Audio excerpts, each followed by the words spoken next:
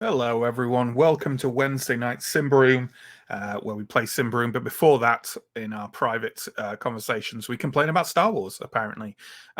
So this episode will be entirely Star Wars themed. No, it won't. I can't even think of a through line for that. That's failed. So, welcome to the stream. Welcome to Symbaroum. Let me start with everyone's favorite section, which is some promo. If you check down below, there's a bunch of links. There's links to YouTube and to Twitch. You're watching us on one of those sites. Please check us out on the other one. Twitch is where we do our streaming, and YouTube is where we store all of our video on demand, our former streams. There's lots of stuff on there if you want to check it out. There's also links to our social media, our Discord, our Patreon. If those are things that tickle your fancy, then let them tickle your fancy. Just do it. We're not going to judge you. We run 2 weekly campaigns at the moment. Mondays is Vason with Johnny and his crew, and Wednesdays is Symbaroum. We should be getting a third night back up and running sometime soon, starting with the conclusion of the Cincinnati Chronicles in June. And we also run, at the moment, 2 one-shots a month. 2 one-shots a month. That's crazy talk. The latest of those was Goblin Quest, and that is going online on YouTube at the moment. And we've got another one shot coming up this Sunday, which I don't even know how to describe to you. It is a self-penned system and story from Johnny, entirely based on the song Bat Out of Hell by Meatloaf. That's as much information as I have about it, and I'm in it. So, tune in this Sunday, 3 o'clock in the afternoon BST, and find out with me what's going to happen. I mean, there will be bats and hell and motorbikes and floofy shirts with handkerchiefs and stuff, I'm sure. But other than that, I have no idea. So come join us for that. Then the Sunday after that, so a week this Sunday, so that'll be the 21st of May, I'll be running Mask Witches of Forgotten Doggerland, which is a system of Mesolithic shamanic adventure on Forgotten Doggerland, which was the large area of land that existed for a long time between Great Britain and mainland continental Europe, which was subsumed by the North Sea about 8,000. I think it's 8,000 BC, so about 10,000 years ago. I think that's right. My numbers could be off there, but that will be fun and weird and exciting. So join us for that as well. That's a week on Sunday. Okay, that's enough promo for now, I think.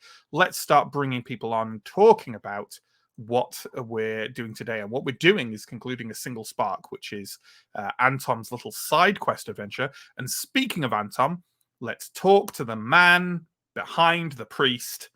It's Mike. The man behind the priest. That would be high epigraph. Yeah. Hi. Shall I talk about what Anton has been doing? Yeah. Why don't you give us like the meta story leads into this, and then I'll talk about kind of last week and stuff. Sure. Okay. So Anton is on a mission from the Saber the Old, the Lightbringer, a living saint, to deliver a letter to Prince Inadar, and he is heading east to do that. And along the way, he has encountered some other travelers who are also heading in that direction. And they've sort of formed a small sort of group who are all traveling together. And amongst them, of particular note is Captain Lindra, who is a Queen's Ranger, and is handy to have in a fight. And that proved very important when the group were ambushed when they were making their way eastwards. And that takes us up to the start of last session. It does indeed. So let's start bringing on the other characters. You mentioned Lindra there, so let's bring on John. And there's no art for these other characters, obviously, because they're just for this sort of side quest. But yeah, so what had happened is bandits had attacked. They'd killed one of your companions, the character played by Stephen, and essentially a fight broke out. That I think it's safe to say, John, didn't go that well. It did not. It started going all right, and then a giant dead person shambled through the trees. Absolutely, the fearsome undead bandit chieftain Mal Rogan emerged, clad in the former garb of a Panzer knight, and proceeded to basically kick the absolute shit out of Anton, beat him to the ground, and kind of force the surrender of everyone else. Everyone, of course, including Chris playing Carmi, wandering herbalist, and a kind of herb-based Symbaric Del boy, is how I've gotten kind of marked out in my head. Carmi and Lindra actually managed to escape the bandits, whereas Rebrio and played by Sam, I might as well bring on now. Rebrio and Anton were captured and taken away by them. And essentially, Anton and Rebrio woke up rather in captivity. Rebrio was dragged off by Mal Rogan to essentially be tortured to drive Anton into giving him the secrets of the Sunstone, the artifact that Desaber had given him. Lindra and Carmi carried out a dramatic secret rescue of them. But then on the way, you had to try and save Rebrio from the clutches of Mal Rogan, where he was being essentially slowly beaten to death in the ruin of an old windmill. And in the process, Anton almost accidentally killed Mal Rogan. Your holy aura washed over him and triggered something in the sunstone that Mal Rogan had on his person. He burst into flames, staggered out of the windmill, collapsed on the ground, dead for a second time, and his crew of bandits promptly ran away, terrified of anyone who could take out their fearsome leader. And that's where we ended it. I think we pretty much ended it there. So with that in mind, I'm going to pick us up exactly where we left off. So you're in this windmill, kind of lit only by kind of the light of the bonfire outside, and the light of a fire in the in like the old. It's actually, the fire isn't in the old hearth. It's actually a little campfire that's been set up on the stone in a corner. So it's kind of very flickering light, and obviously it's pitch black outside essentially.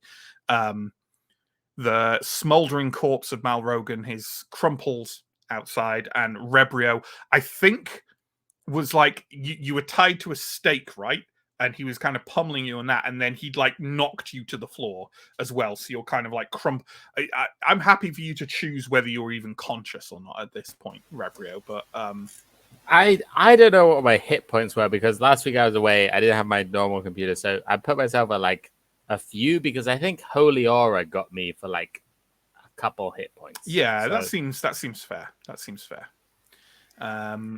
So with that in mind, I mean, I can imagine a more or less immediate action from Anton to start with.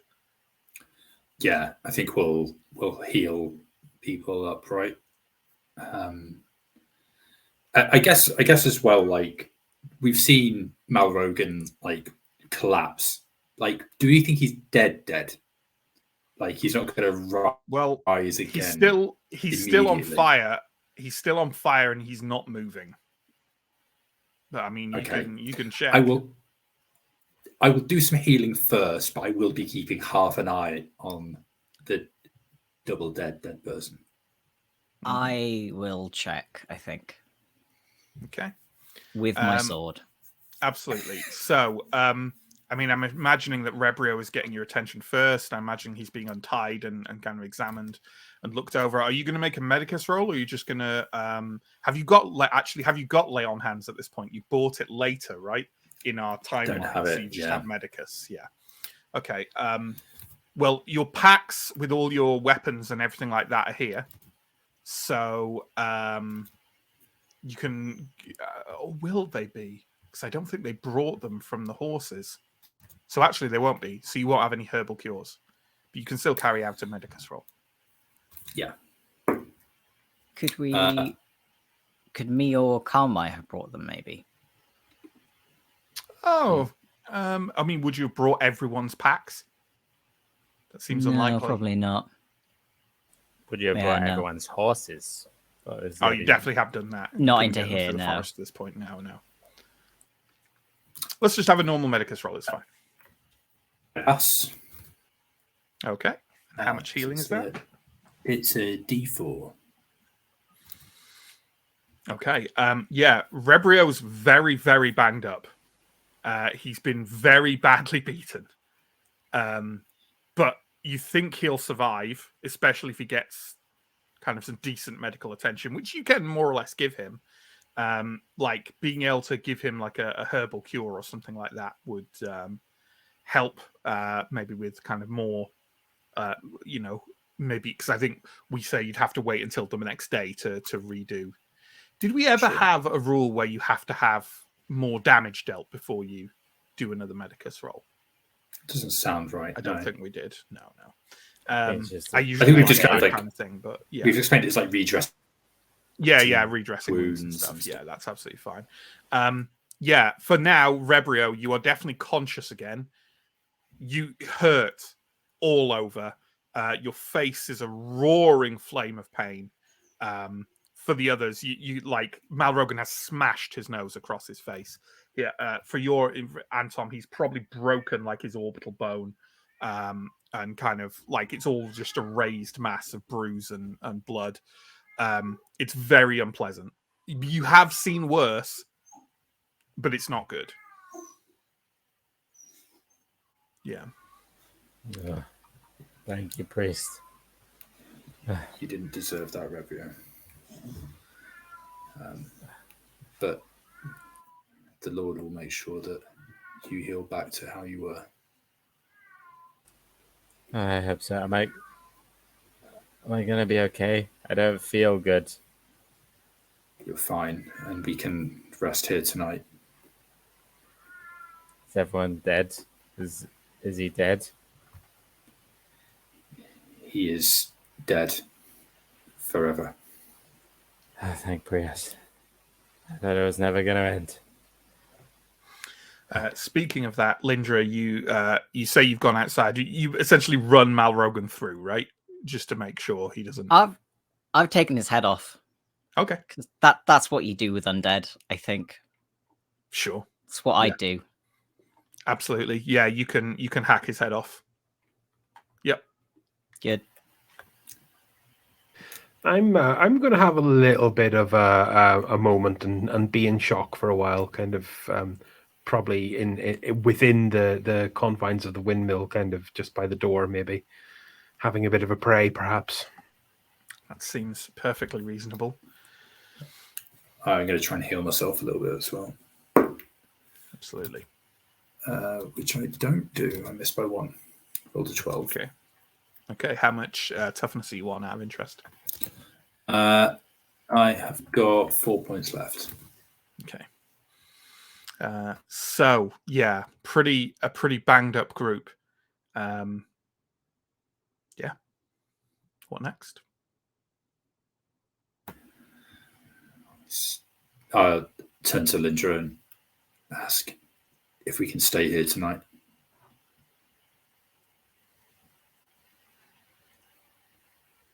I think.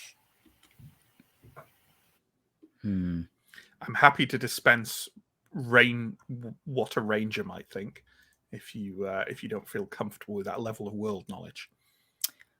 I'm going to put forward the idea that we have no guarantee that the bandits won't come back, and that maybe moving a distance away will be safer in the long run. Can he move?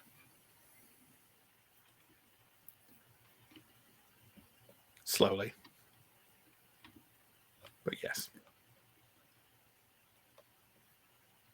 In that case, let me just have a few minutes to just gather some things before we go. Just want to take a minute just to make sure that I've got everything about my person, because I know that he took the symbol of Prios that I carry. He took your kind of charm of Prios. He took the Sunstone, obviously. Yeah, that needs to be recovered from his body as well. And is that not destroyed? No. Oh, well, nice. I mean, you don't know, but if you're looking, then yes, you find that it isn't. There's also obviously like all your stuff is like piled on a table to one side, and even a like mild looking around of the room will show that there's a pile of loose shillings on that table as well. So it's up to people what kind of search they want to carry out or rummage around the place. I mean, Anton, it sounded like immediately you wanted to go get your kind of symbol of Prios and the Sunstone off the body of Malrogan. In searching his body, you also find 4 thaler. Okay. Is anyone else carrying out any kind of like looking around the mill, or just getting the shillings that are on there and the equipment and calling it a day, or what? What are we doing? I will look around the mill. If these are the sort of bandits to write anything down, then I'll be looking for any kind of correspondence. But sure. That sounds like it was a shake of the head from Rebrio, which is fair. I think you probably can't even see that well right now. Carmi, how about yourself? I think I'll take a pass on this one as well.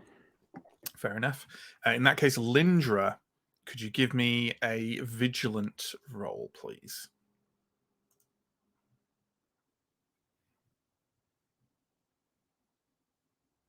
Yeah, that is a definite pass. Okay. Well, immediately, obviously, you can see your equipment on that table, and you find 45 loose shillings on the tabletop. You also discover, after a quick poke round this mill chamber, because, as I say, it's old, it's ruined, the ceiling and the walls have partly fallen in. And what that essentially means is that there's not a lot of places to hide things, and not a lot of places for you to look around. What you do find is a loose stone in the old fireplace, because it immediately strikes you as odd that they wouldn't put the fire in the fireplace. And behind that loose stone are several pouches of money. 2 of them carry the same familial stamp and all look relatively new and clean. If opened, they contain 20 thaler and 11 shillings. It's worth noting, from a ranger's perspective, there's a bit of a difference in these 2 finders of money, right? One is a loose pile of shillings. Where did that come from? You don't know. These pouches, can you roll cunning for me, please? And you could take a +4 to this as well.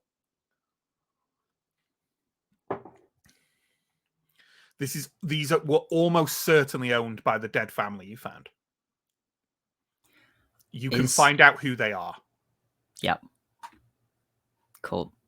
That's what I was going to ask. So if you are following the rules, from a ranger's perspective, these pouches are going to those people's family, extended family. The shillings, you can't really tell where they're from, and it's too small an amount to bother like putting it into the Queen's coffers. You know what I mean? Like 45 shillings is nothing. So it's not the sort of thing that I've run across like a tenner at a crime scene. Best put that into evidence, kind of thing. It's not evidence. No, because police procedure does not exist in the world of Symbaroum. Cool. Might the most moral thing to do be collect it and give it to some kind of charity or the church or something?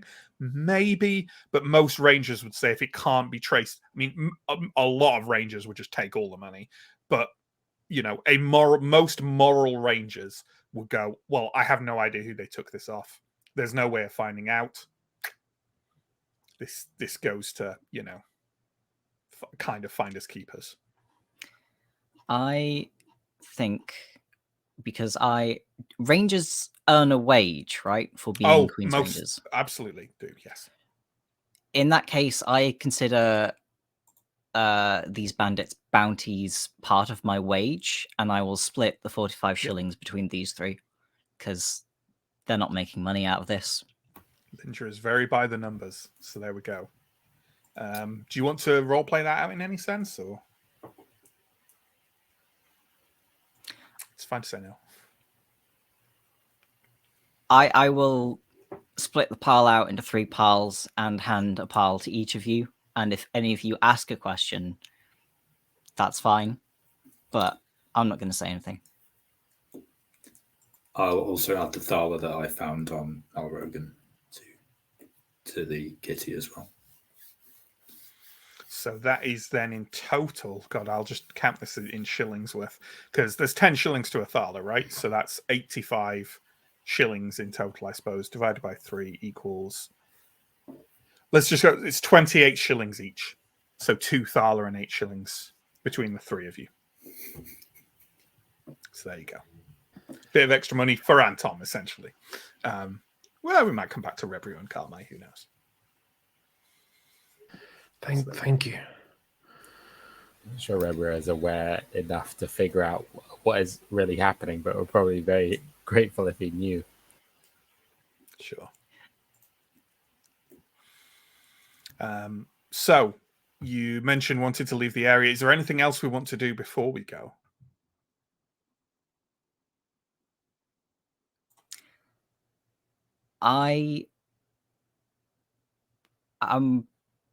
Now, setting it all on fire might not be a great idea, but I'm wondering Not in the if middle of there's a forest. No, I'm wondering if there's a merit to trying to, in case the bandits do come back, destroying some of their infrastructure. I mean, the infrastructure is an old watermill ruin. Like, it's Yeah. not terribly. There's barely any wood to set on fire. It's basically stone on stone at this point, and most of the wood is collapsed. I mean, yeah. Do they have like food stores or anything? You haven't seen any food stores, but they did have some food they were feasting on that looked like it was taken from the family. You could try and spoil that by throwing it in the river or something. No, I think that's more effort than it's worth at this point. Okay. All right. Is it a case of making a way out of the woodland and trying to make sure that your horses are still there and back to where it was?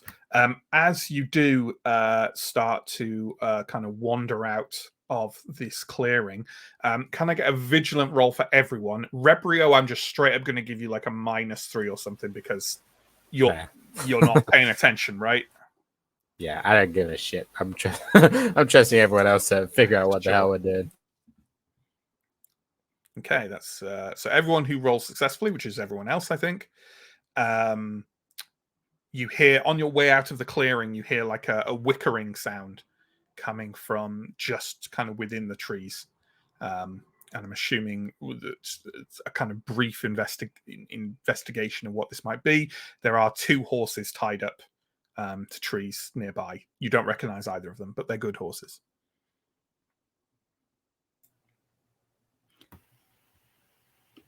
If they're friendly on approach, I'll untie them and bring them with us.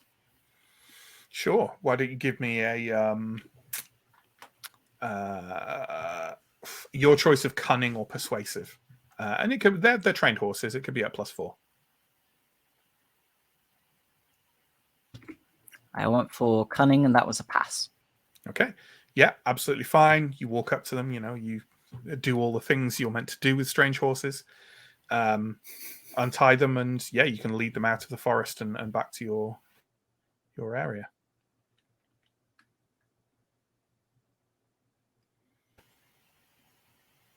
Okay. Yep. All right then. You walk through the darkness of Seragon Forest at night, out from the tree line, and find where the unfortunate merchant's family's caravan is, and where you left your horses. So essentially, I want everyone to roll for their horse. whether it's stayed or broken its line and fled, based on my estimation of how good their horse is in terms of how well trained they are, and also how well fed they might be. So, Lindra, you've got a very good horse, and you will feed it exactly the amount you need to because you are a ranger who's frequently on horseback. So I'm going to say as long as you don't roll a 20, it's fine. Rebrio, you have a very strong bond with your horse. You probably have fed it very well. You have like the equestrian. I'm going to give you a 20 as well. Anton, you have a very good horse. You're not quite as accomplished a horseman as the other two, so I'll give you 19 or 20. Carmi, I don't know, man. How well do you treat that donkey? Is it a donkey or is it like a pony, like a small horse? I'd say it's probably a pony, but it's Okay. not. Look, I live hand to mouth. The pony doesn't have hands, so it kind of only lives Sure. mouth. Okay. Well, then it'll run away from you if you're all 16 or higher. How about that? So there we go. Has anyone's mount fled? I rolled a 1. Does that mean I get another horse? It means other horses have flocked to your horse. Shadowfax. I was thinking like the horse is now pregnant, but that works as well, I suppose. Sure, but unfortunately it was Carmi's horse, pony, that yeah, all your horses are still there, and now you've got 2 spare as well. Lindra, you need to get to Ravenna as soon as possible. You were going to follow the roads because it is undoubtedly safer to follow the roads, or at least you thought it was up until this point. It occurs to you now as you're like mounting your horse and looking out on the barely lit, starlit road here, with the plains of Seragon off to the east. You could get to Ravenna in half the time if you just cut across the plains of Seragon. And based on the evidence, you're not sure it's any safer on the roads. Your only concern would be it would definitely be a harder journey, but the young unfortunate Rebrio has mounted his horse, so but it's certainly an option that you could take, and it would get you to Ravenna in around 3 days instead of 6. You're fairly confident you could be safe. Okay. But I just wanted you to know that so you could open it to the group and so on. So the decision doesn't really have to be made yet. You'd still travel to the south. Let's bring up the old map, shall we? Oh my God, what's going on here? Oh, they've changed it all. Okay, here we go. We're doing it this way now, aren't we? Yeah. So, you are. Is it going to behave? No, it never behaves. Okay, ignore the flashing thing. You are about here, right? Oh my God. That's so bad. That's so bad. Oh, and it's still on there when I remove it and bring it back. What the fuck? Come on, StreamYard. Jesus Christ. All right, let's try that again, shall we? If the mouse like cursors are still here, that'll be hilarious. No, they're not. Okay. So you're about, I think, halfway between Castor and Elvelyn. Can we see that where that is there? On the border of Seragon Forest. You wouldn't have to cut off onto the plains until you were past Elvelyn. But then do you see that you can just travel straight southeast towards where Ravenna is? Yeah. Where those 2 rivers intersect. Southern Seragon should be pretty safe off the roads. And as I say, if the events of the last couple of days are anything to go by, maybe safer, assuming that like there are maybe more bandits, but you don't know. You don't know that. But it would be about 3 days travel instead of about 6. I think I calculated it as. It would certainly be half the time taken. But like I say, it's not a decision that needs to be made until you reach Elvelyn. I'd say I'm going to stay quiet until at least we reach Elvelyn. Okay. Because I don't think anyone will be convinced by a detour until we've got Rabrio taken care of. Sure. Absolutely. So with that in mind, I'm assuming you're moving away from here for the night, but it is basically pitch black. You're going to have to light a torch to make sure you keep on the road.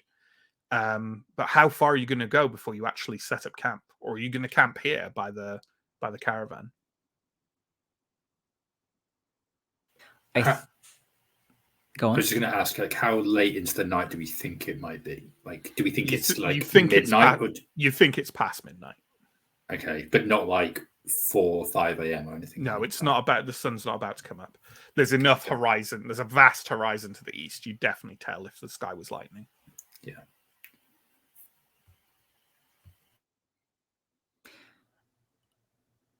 I think we should at least move past the caravan because it's already the site of a bandit attack. Mm-hmm. Yeah, you want So to get to a maybe- place the bandit, like one of the two places the bandits wouldn't look, right? Would their own home, the places they know as places. Yeah. Right? So, yeah. So maybe ride for about an hour. Okay. You ride for an hour to the southeast. I mean, I'd say you're out of sight of the attacked caravan, but you were out of sight of that within seconds because it's pitch black. The clouds have rolled back a little bit at various points, and starlight is lit enough of your path that you were able to douse the torch. And you're about an hour to the southeast of where you were. Are you making camp on the road or kind of in the tree line? Because it's all alongside that forest, this road. I'd try and find like behind the tree line, probably out of sight of the road. Okay. Well, you managed to set up camp. I'm assuming for this overnight camp, we're going to have a lot of like watches. Yep. You're maybe just going to have to swap 2 by 2, right? Okay. Well, you pass probably a quite tense and uncomfortable and tiring night, and certainly for some of you, a painful one. But the morning dawns with absolutely no sign whatsoever of the bandits.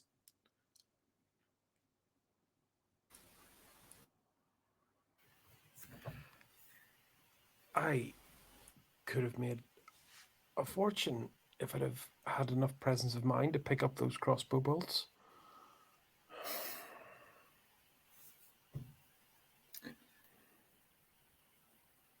Well, at least you got some financial remuneration. At least we got out alive. Oh, what a night. Poor Stephen. Oh, at least everyone who mattered lived. Oh. I meant me. I'm only talking about me. Me. Why does no one care about me? Yeah, I think Carmine will kind of, just kind of throw together a kind of still a little bit in shock breakfast of trail rations and maybe some stuff that was sniftered away from the fire last night from the bandit camp. Sure. Absolutely. Okay. And I mean, given that you've already traveled away from it, I suppose there's now kind of no question of kind of burying the merchant family or Iamian or anything like that. So I assume you take an Iamian's horse with you. Yes. Do we want to roll to see if it was still there? I'll roll to see if it was still Sure. there. It was still there. So you have 3 extra horses with you, which is useful. Rebria, feeling slightly better, will inspect these new horses that he hasn't really paid attention to. Absolutely. You think, Lindra, that if you pushed, you could be at Elvelyn by sundown.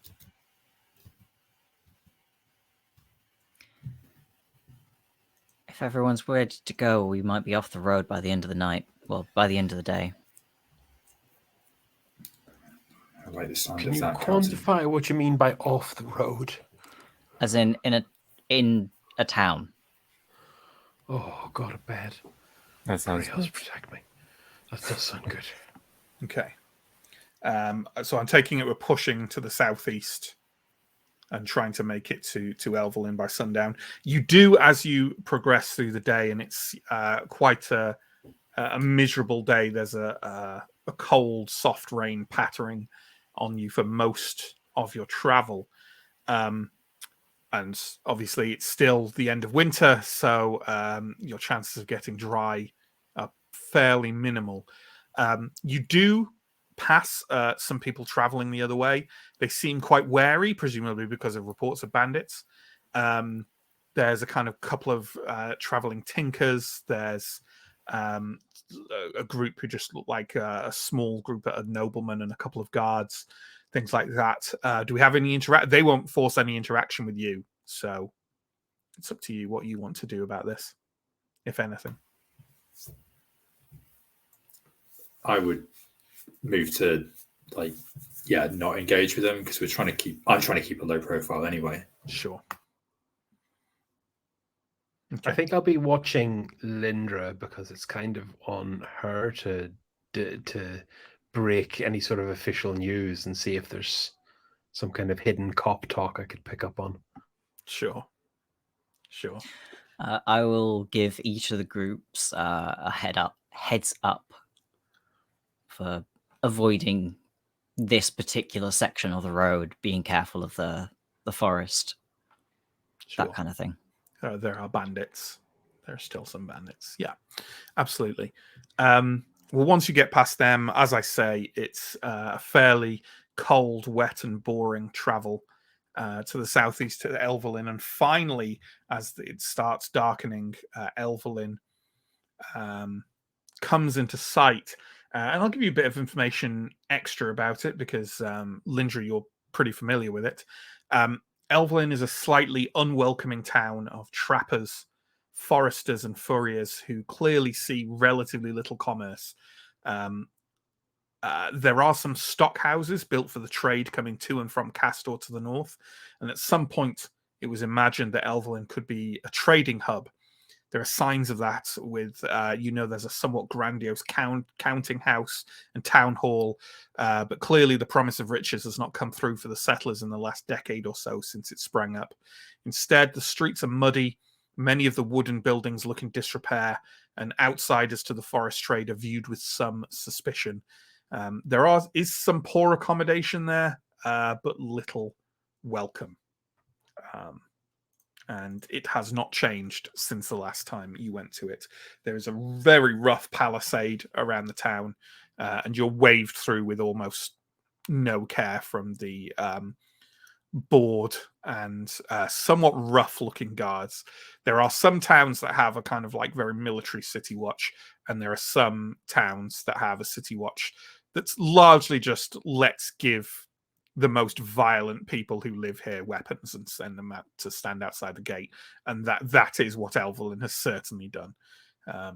So, yeah, here you are. The rain is coming down. It's mud underfoot and under hoof. It's miserable. And you're being eyed up by several people lurking outside a local tavern, giving all of you the gaze that every single one of you knows is someone measuring whether you're worth it.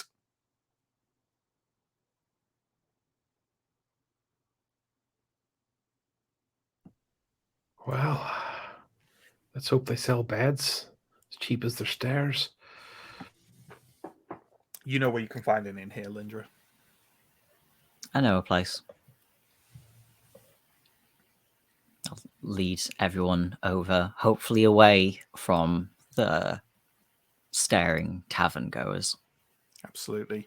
You lead them to the excitingly named inn of your acquaintance called the Rotten Stump. And it's as nice as it sounds. Inside, it's actually fairly empty, which is probably why you like it. There's a few drunken trappers in here. There's a man sprawled on a bench in the corner who you would actually lay good money might actually be dead. And a miserable-looking maid behind the bar who will gladly give you rooms for the princely sum of, it's usually a shilling, isn't it, for a room board for the night? Yeah, it ain't in Elvelyn. Let's call it 3 Ortegs for the night. Can we get stables for our embarrassment of horses as well? You're going to have to leave your horses in the stables, aren't you? Yep. Mm.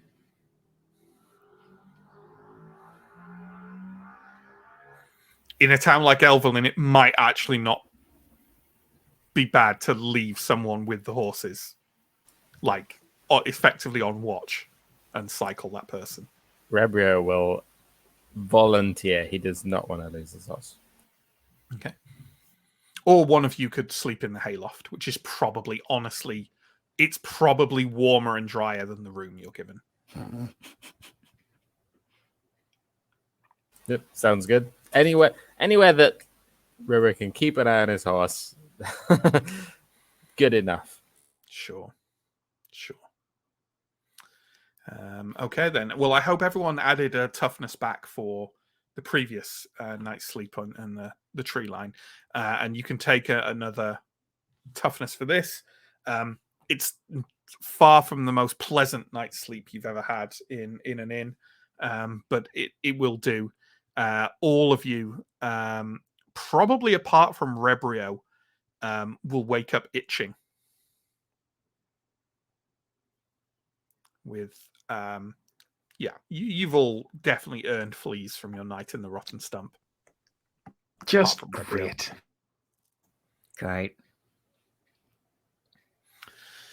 Okay, so the breakfast at the inn is a very poor thing. Extremely watery and foul small beer, turnip stew, and with maybe a couple of lumps of unidentified meat thrown into the mix. Lindra, I don't know if now is the time to bring up your other option. How quickly do you need to get to Ravinia? I address the table.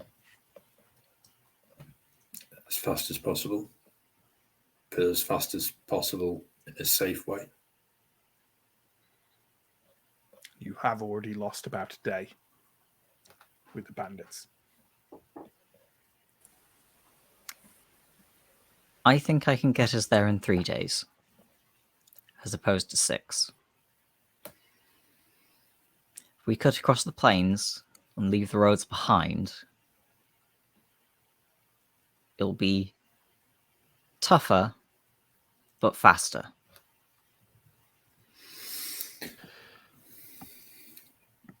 I'd be up for that. Might get some sunwort this time of year. Are there other settlements along the road? And do they offer better accommodation than this? The best way to travel along the road from here to Ravenna actually kind of goes in the opposite. You know what? I don't know why I'm telling you. I could bring up the map. So if you're following the roads, and I know you probably can't see the roads that well because they're kind of just pale lines. But essentially, you'd have to follow Seragon Forest around the edge to Odal, then take the road south to Caldel, and only then go east towards Ravenna. You would almost certainly, yes, get better accommodation in Odal and Caldel than here. There isn't much worse accommodation in Seragon than Elvelyn. But as I say, it would take 3 more days. I am fine to go across the plains. I don't want this to be a long journey.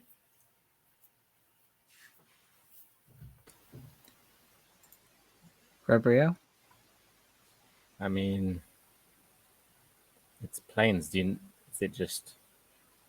it good solid ground? There's no marshes, nothing like that. It's the end of winter. There'll be some soft ground, but nothing. You know your way across. Another way. Sounds good to me. rather save my money than pay for 3 more days of inns, especially if it's going to be like this. I can make it. At this point, if the roads aren't safe, then the plains are safer. I'm okay to go across country. Good. Okay. I'm assuming we're not dallying in Elvelyn. But do we want to do any more healing, Anton, while you're at the inn and there's a bit of peace and quiet? Yeah, that makes sense, doesn't it? Who needs it? Just Rebrio and me? Or other people as well? I don't need anything. Rebrio, you can heal for a d4. Nice. Thank you. And I fail. With Rebrios, is that with a herbal cure or anything? That's a good point, actually. I don't want to make you re-roll it because you already if you're using a herbal cure, is your herbal cure thing that you roll a d6? I roll a d6 instead, yeah. And you roll the d4. If you want to use a herbal cure, you can just give Rebrio 6. I'm happy for that because you rolled the max on the d4. No, I didn't actually roll the d4. I said to Sam, you can roll the d4. But I roll it. I'm happy to roll it. I don't know. I don't know who's meant to roll it. I'm happy. I don't mind. And I think it's meant to be the person healing, I think. Okay. So. In that case, I rolled a 4 on the d4, so yeah. Sure. That's plenty. Yeah, you like the bruise, all the contusions and bruises on his face are starting to go down now.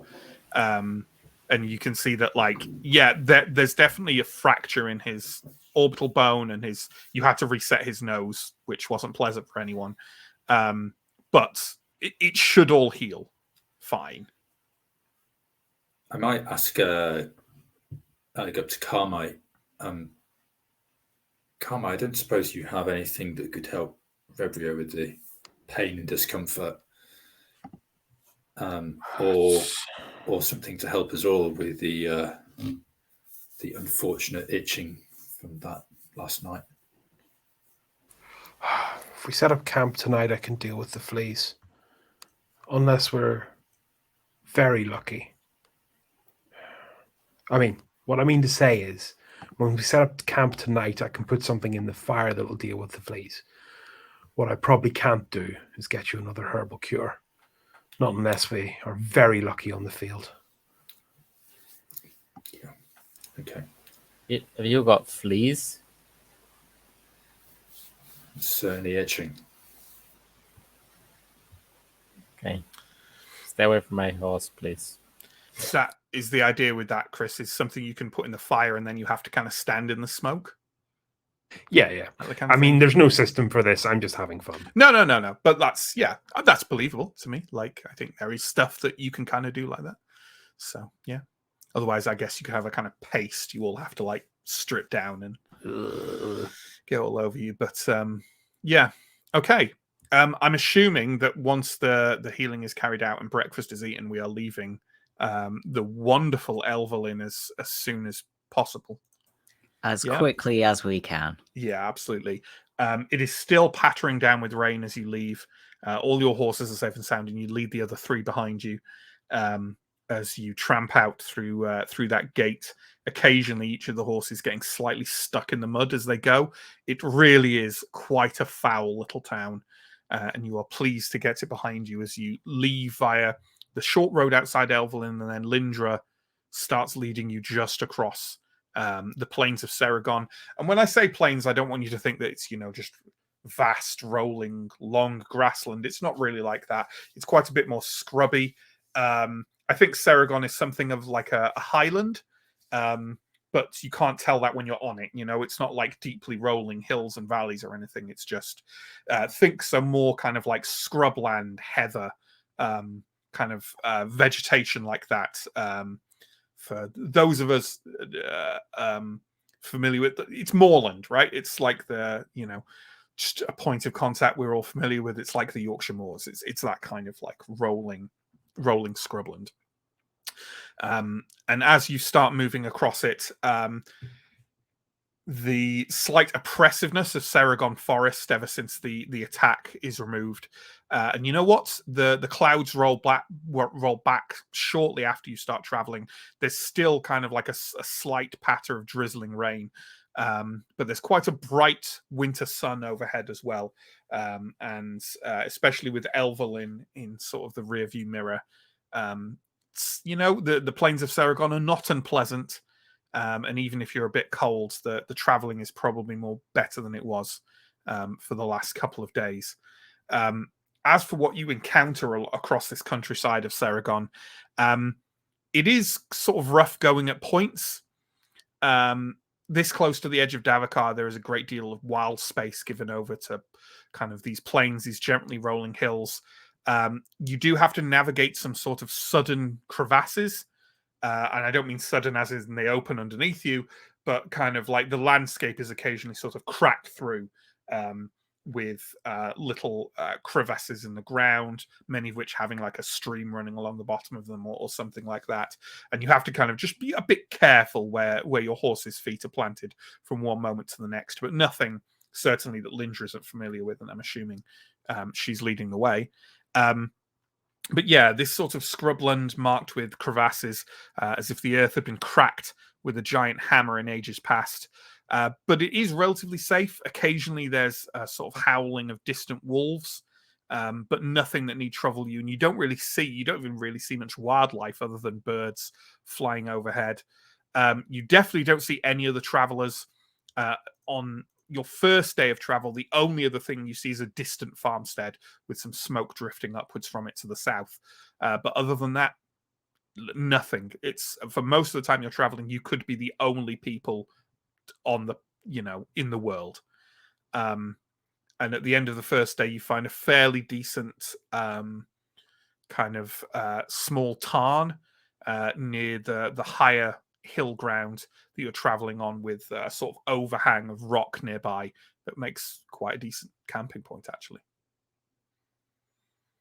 Is there any sort of interaction or thing we want to do around this? Cannot believe this is legitimately going to be more comfortable than that inn. Father Antom, I assume you haven't gained any great attraction or link to the symbol of Prios I lent you, and may I trouble you for it back? My apologies, Carl. I did not intend to hold on to it for so long. I will reach inside my robes and pass it back. Let it be known that this icon saved my life. For it was this that allowed us to defeat Malrogan. Saved my life too, then. Maybe all of us. There's another story for this necklace then. Carmaya fixes the necklace on. It's got the rather kind of cheap looking symbol of Prios, and then next to it a very not cheap looking symbol of the order of healers, of the kind of imperial court of the medicus kind of training. I don't know if there is an official name for that kind of thing in Symbaroum, but I'll just call them the Ordo Medicus, because that Ordo seems Medicus, that's right? really nice.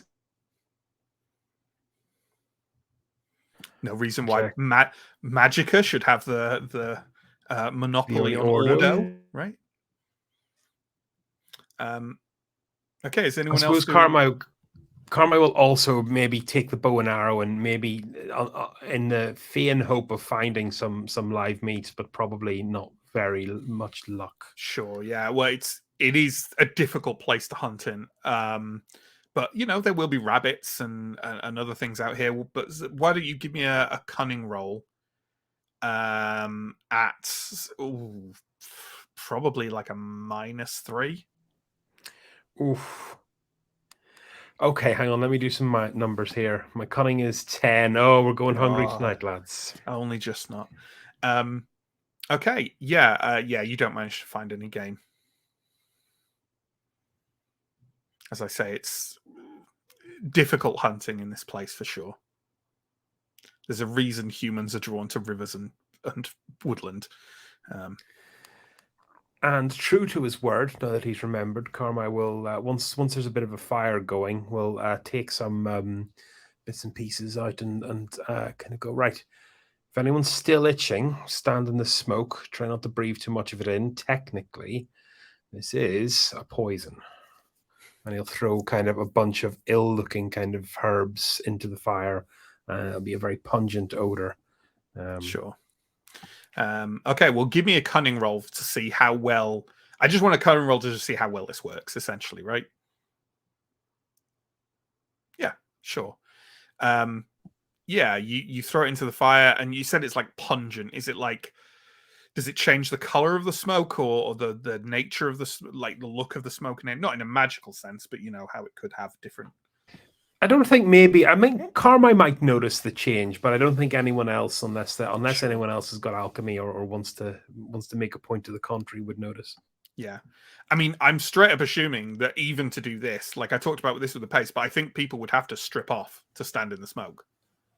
I'm not trying to cause a really crazy, sexy scene or anything, but like, but maybe you want your clothes. Right? Maybe you want your clothes. You don't. In Yeah, the you don't want smoke your as clothes well. to smell of smoke either. Yeah. Yeah, but what if there are fleas in your clothes? Maybe you need your clothes on. I'd assuming you'd have to hang your clothes in the smoke for a period of time as well. But I think if you just stood in the smoke with your clothes on, it might get the fleas in your clothes, but it wouldn't necessarily get all the fleas underneath the clothes, you know? Yeah. I know.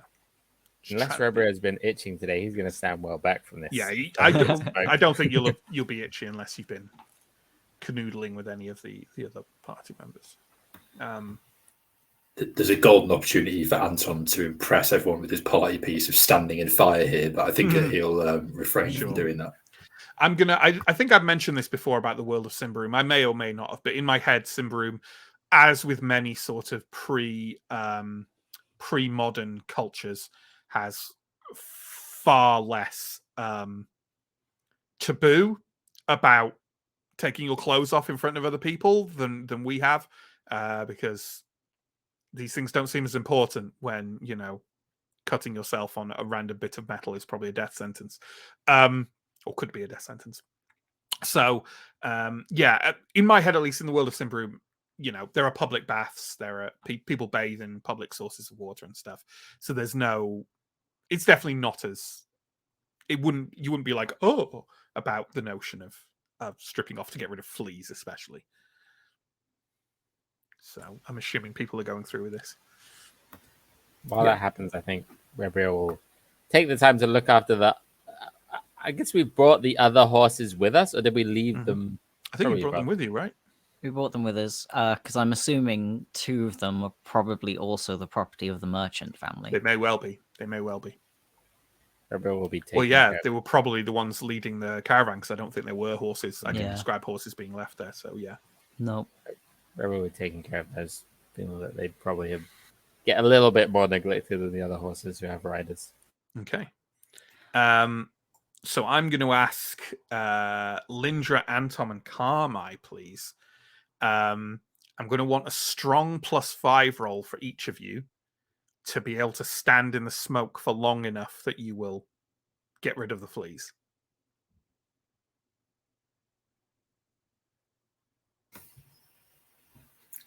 No. Yeah. Anton, you stagger out of the smoke, coughing and wheezing after some time. You don't know if you were in there for long enough, but by the time you bed down that night, you're still scratching. You're on mute, Mike. You're on mute. God damn it. I didn't get there in time before you guys noticed. I'm not going to spend an XP to do the purging. Re-roll the flea roll. The flea roll, yeah. Yeah. I really want us to have to retcon that Antom has still got like fleas when we get back to our thing. It's going to gradually spread throughout the entire party, and everyone's going to blame Farron. We just cut back to that scene of him and Lindra, and he's just like, yeah. Although, as you're drifting off, Mike, you know what? You're a lore master. Why don't you give me a cunning roll at +3?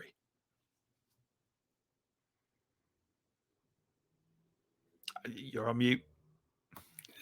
Didn't say anything. I didn't make it though. Rude. Okay then. Yeah, nothing else occurs to you particularly.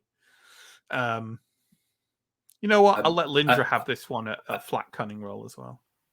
Well, yeah, I was going to say if Anton is still itching like hell, like before turns in for the night, he may just take a quick wash in the tarn water. Well, Mike already got there, even though Anton didn't.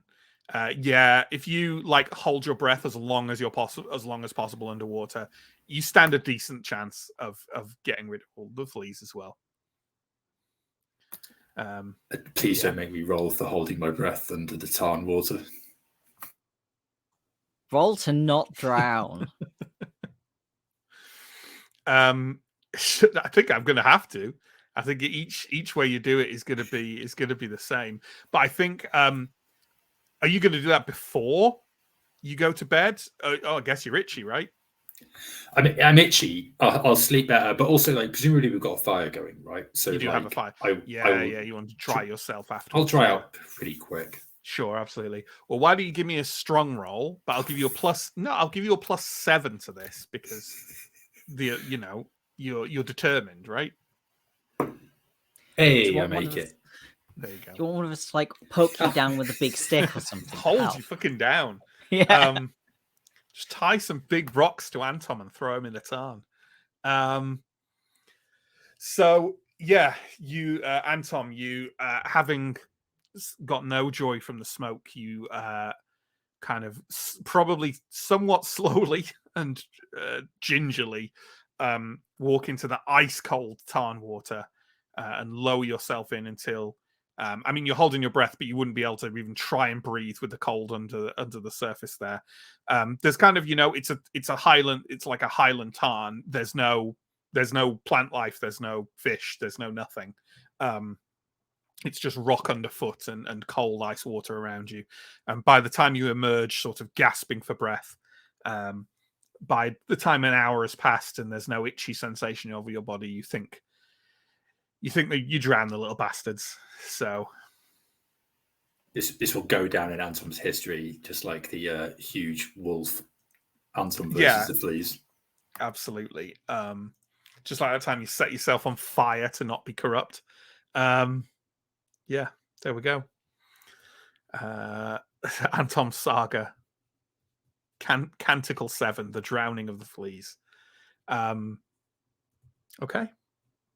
You all wake up the next morning free of fleas. The sun kind of dipping up over the horizon as you start to pack up and go forward. Is there anything especially we're doing or interacting in any way? Under the good light, Carmine will definitely do a circuit of the area to try and find some roots and herby bits, but probably come back empty-handed. I've just seen something in chat that made me both shake my head and instantly star it, by the way, and I don't know if anyone else will get it, but well done, and I hate you to Don't Kick Food for that one. Sorry, Chris, I wasn't listening because I was talking nonsense about chat. What did you say? That's fine. I mean, it's only role play. I'm just trying to set some scene. It's fine if you want to just go. No, go on. What do you want? No, I was just saying I was probably going to make a quick circuit of the tarn and try and find some roots and herbs, but come back looking a bit disappointed. Sure, absolutely. Well, you set off for your second day on the plains of Saragon. And honestly, nothing really changes at all. It's exactly the same, just tramping over these rolling hills. The only difference is now 3 of you aren't itchy. All of you start the day relatively dry. Even Anton, after his kind of highland small lake bath. But by midday, the rain starts coming down again, and it's it's quite a miserable journey, but you're still making fairly good time and not falling foul of any particularly bad kind of obstacles or landscape in any way. The only difference to the day before is about mid-afternoon, when the rain has broken out a bit, and you're just kind of like going along, sort of in sodden clothes. Can everyone give me a vigilant roll, please?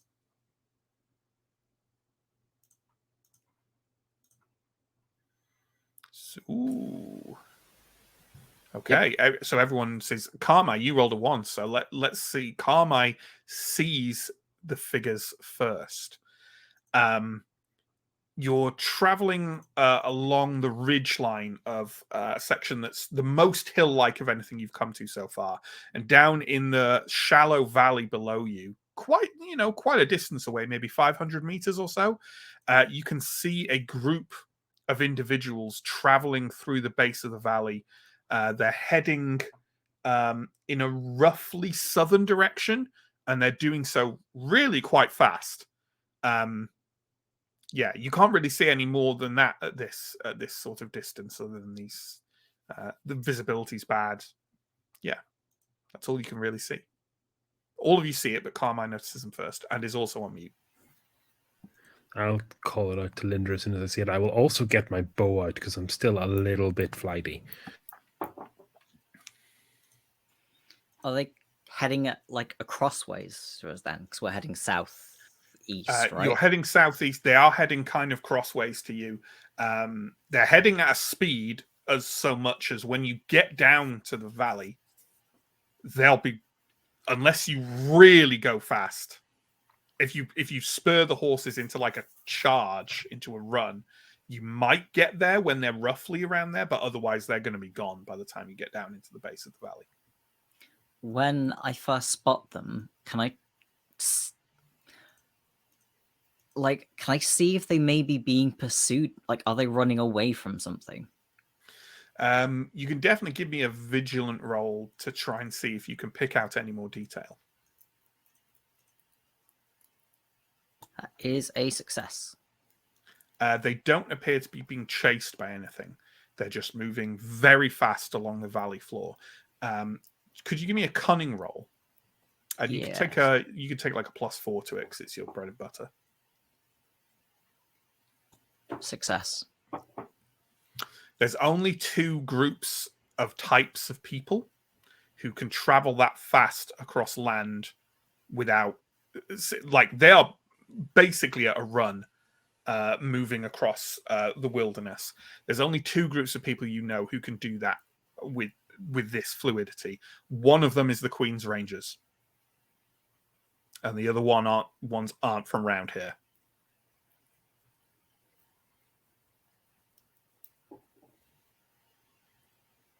Elves.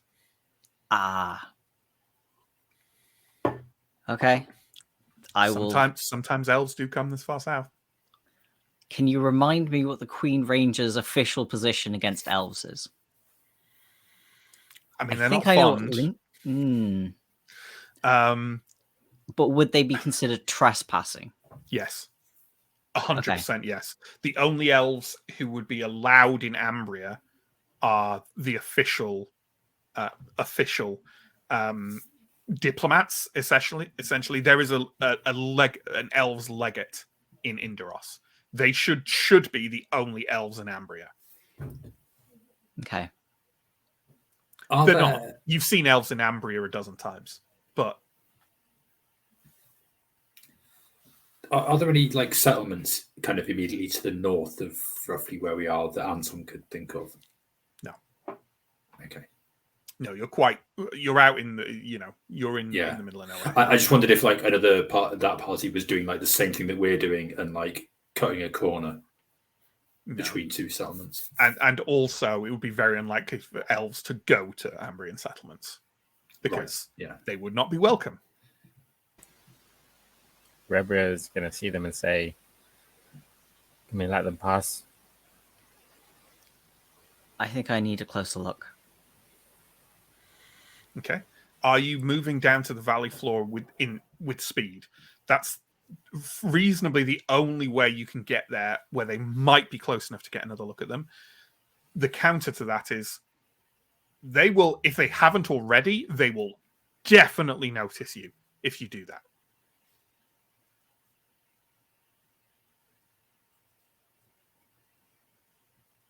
I don't know. From looking at a head count of the group of them, whoever they are, that it looks like there are, like half a dozen of them at most. Kind of comparable to your group, maybe a couple more. You wouldn't want to lead an equivalent number of rangers against an equivalent number of elves. And you're not with rangers. So okay. So banking on the possibility that they might be elves, maybe not. So are you waiting to let them pass? Yes. Okay. Do you want to communicate this to the others? Rabio's right. Let's wait for them to pass. I think Prius did not fancy a hard ride against whoever that is. They might Okay. be friends, but they might not be. They may be friends, Captain Lindra, but they can't do much for us out here. We're not too far away from our destination. I think you made the right call. Why are they in such a rush? And what's south of here, anyway? The Ambrian Heartland. But nothing specific. You reckon they're coming back from the forest? Possible. Lindra, you're a ranger. Would you ride that fast unless you had some news? I suppose it depends on whether I thought there was news wherever I was going. The group, whoever they are, pass south, kind of between, beyond the ridge of the side of the hill to the south, and are gone. And they do that quickly. Probably within a couple of minutes of you first spotting them, they're gone. See, sometimes I prefer the forests because you don't have to have these debates. If someone's upon you, they're upon you. Are we waiting a while before we proceed? Yeah, a few minutes, I think. Okay. Probably. And probably trying to be a bit more vigilant to events going on around us as well from now on, knowing that there are people around here and they may be traveling exceedingly quickly. Is it normal for people to ride across these plains, Lindra? So just because people have said it a couple of times, I should state they were not on horseback. They were running. What? Occasionally, rangers travel on foot and will run long distances, but also elves do. Is it normal for people to travel across these plains, Lindra? I've Could have only sold ever them a horse. been by road.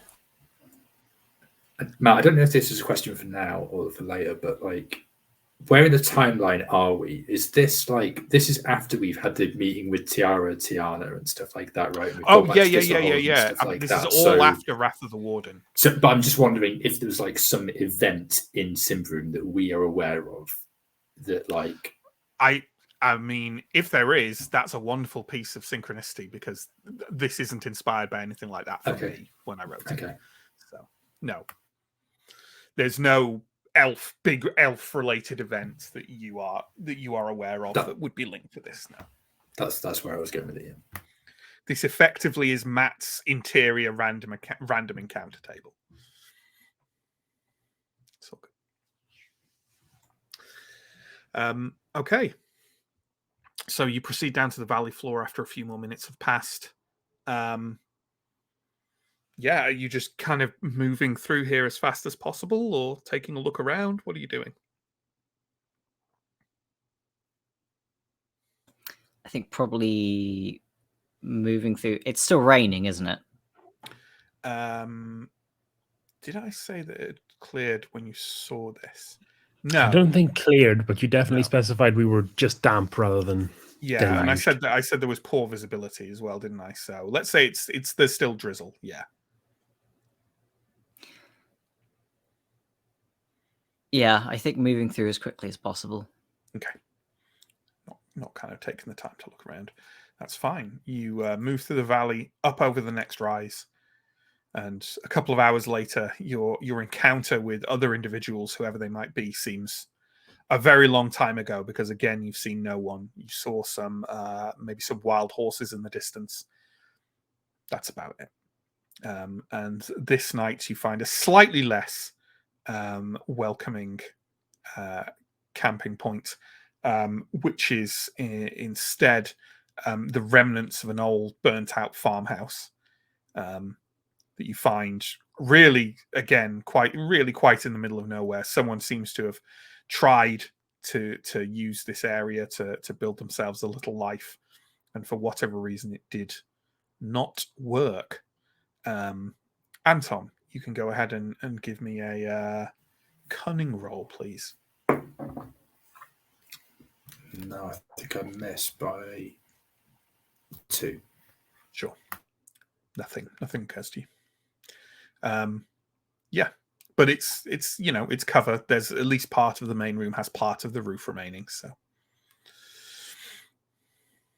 there are some beams overhead and some decent shelter from the wind, which has been quite cold, particularly today, as you've gone like higher up.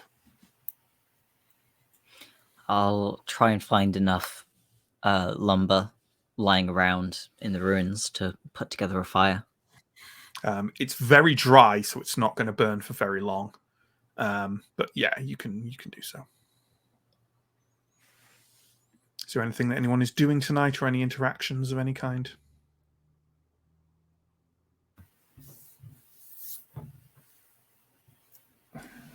Remind me, are people staying in Ravinia or travelling onwards even further? My plan is to stay in Ravinia, but depends on what the Order Magica say. I know is I gotta seek them out, and I don't know what'll happen from there.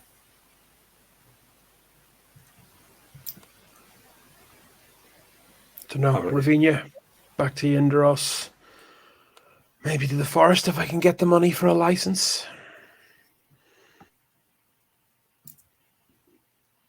Lindra, you've seen people like Karma in the forest. They never have licenses. I'll be traveling on.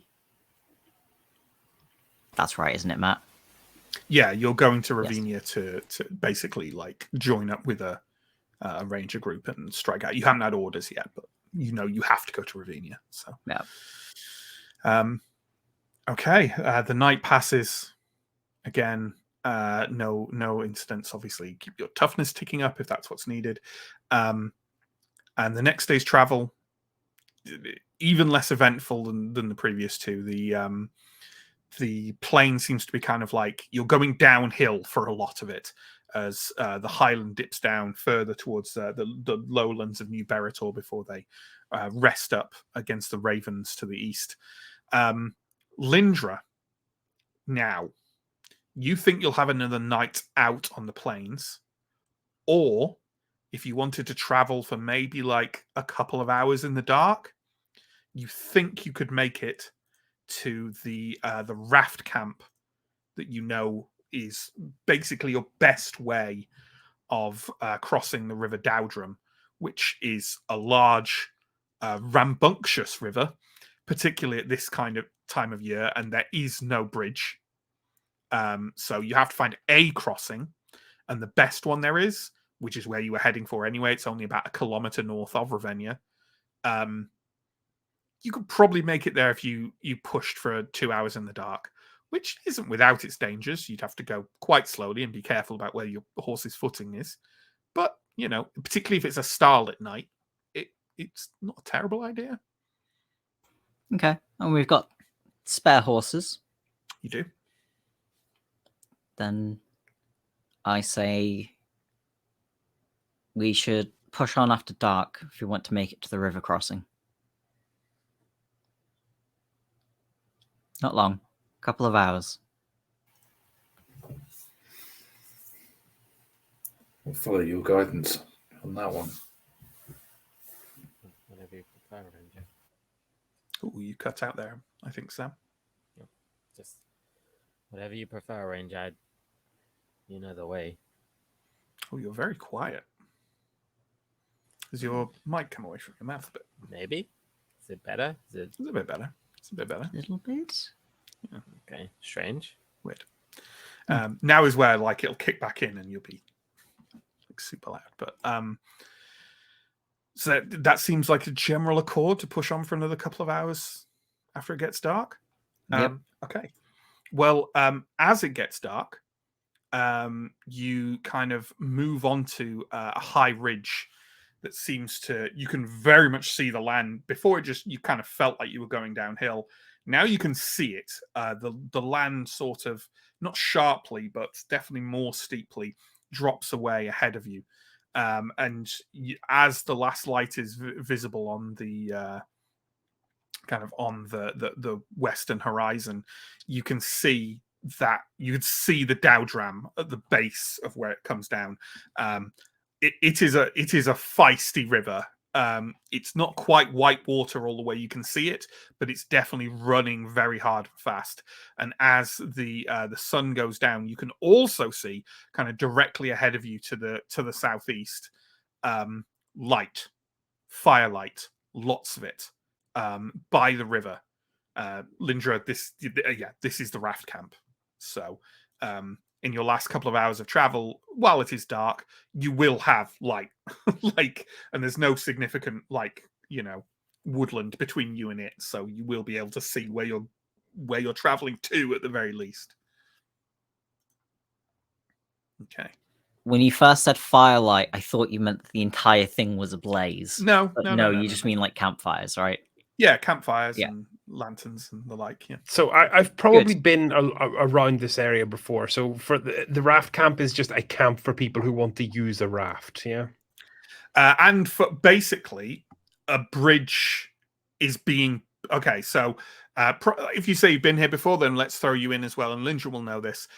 This is where a bridge is being built. But that is a long and costly process with this level of technology. So plans have been made and bridgeheads are currently being installed where the Dowdram narrows at this point.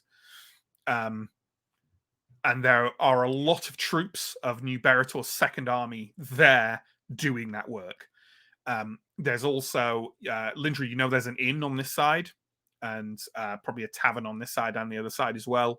And plenty of kind of like rough wooden buildings where people tend to sleep, like common buildings. Probably also a camp, like some tents and things like that as well. But it's essentially a military camp because it is the military doing it, plus other things that sprung up around it. It is, if people are interested in the historicity of these things, this is how settlements start, or a great many settlements start, and that is effectively what the raft camp is. Strange to think I'll be able to walk across the river one day.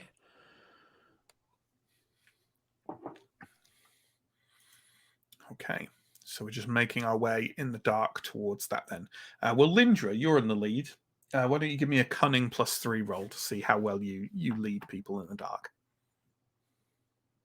That is another success. Okay, then. Lindra's very competent. You lead the party for 2 hours with no great hindrances. Here, where it's moving more towards the lowland, there aren't really those large crevices. So you only have to worry kind of rocks in the way and places where a horse might lose their footing, which they don't do, though. You lead everyone quite slowly until all of you are pacing your horses gently into the lantern and firelight of the raft camp. People kind of glance. There's a lot of people around still. It's only a couple of hours after nightfall, and people are still up around. There are some campfires where people are gathered. There is also a roughly built but relatively large new inn called the Weary Legs, which has sprung up right next to where one of the bridgeheads is being installed on the shore of the Dowdrum. Yeah. You feel like you're back in civilization. Please tell me they spent the WEIREY legs, because that would just be fantastic. WEI. I'm not getting. Oh, because it's a weir. Yeah. They have not. Oh, this is information from the books, and no, it's just weary. I take it we're availing ourselves of the inn for the night. Oh, yes. Yes. Okay. Well, that will cost you a shilling. Yeah, it's quite nice. You go in there. It is, there are some sort of military camps where people behave themselves, and some where they do not. And this is a military camp where people are behaving themselves. At one point, there's kind of a group of soldiers to one side, and they start a sort of like little, sort of friendly shoving match about someone's gambling debt, and an officer drinking alone near the bar kind of like turns very sharply on her seat and glares over at them, and they kind of calm down almost immediately. There are a few other travelers moving through, merchants and the like, but the raft that it's named after does not travel over the Dowdrum at night, because that would be a terrible fucking idea. So yeah, your beds are comfortable, flea-free, and with relatively plump straw-filled mattresses. So yeah, it's probably the nicest place you've stayed since you started this journey. Not that many of the other inns, some of the other inns you've been in have been bad, but this is a very new building, and obviously sees quite a bit of travel, so is being taken care of. Nice. Very nice. I will be happy for that. And no fleas. No fleas. So, we'll add another toughness, and the next morning, you will all awake. It's quite loud outside now that the camp has gotten going. You hear like great thumping and hammering noises as elements of the bridgeheads are being rammed into place. It's quite, like I say, heavy going, and it's dangerous work to establish a stone bridgehead on a river like this. And a great deal of kind of military engineers and soldiers are involved in it. That's none of your real concern, however. What is your concern is instead the very large wooden raft that's lashed to essentially very, very long bundles of ropes that are strung across the surface of the Dowdrum. And the Dowdrum is... it literally says here how wide it is at this point, I think. Or I think it said how wide it was. I did read somewhere, and I was like, oh, when I described the other river as being so, like, I think, was there another river I said is about, like, 300 meters wide or something? And everyone went, whoa! And I was like, okay, maybe not. And I think this one says the Dowdrum's really wide. It's like 100 meters. And I'm like, okay, I should have moderated the width of my earlier river. That's still wide, though, right? Especially when the river is as fervent and rampaging as the Dowdrum is. As you get up and kind of leave the Weary Legs, you see people already traveling across on this raft, and it's not very loaded. Like, they seem to only load like a few people and a few horses on it at any one time and take it over, which means there's quite a lot of people waiting. It definitely doesn't look that safe. The raft, even though it's huge, the raft is probably a good, like, I want to say like 30 feet by 20 feet or so. It's a very large raft. And it's lashed very tightly to, like, not ropes, bundles of ropes. And people kind of like work it across there by pulling on sections of them at a time. But the raft is kind of bucking and heaving, and horses are being very carefully attended to not go crazy. Even people are like kind of semi-crouched down and sort of trying to even out their weight as it does so, because the Dowdrum really is, it's quite a strong, powerful, and energetic river. After 3 days walking in the rain, we need to cross a river. I thought bringing a priest would have granted us some good luck. Not on this journey. Have you done this Okay. before, Ranger? It doesn't look that easy. It's safe enough as long as you're sensible. Guess there's Stay no- away from the edge and hold on to something. It's not planning on getting anywhere near the edge.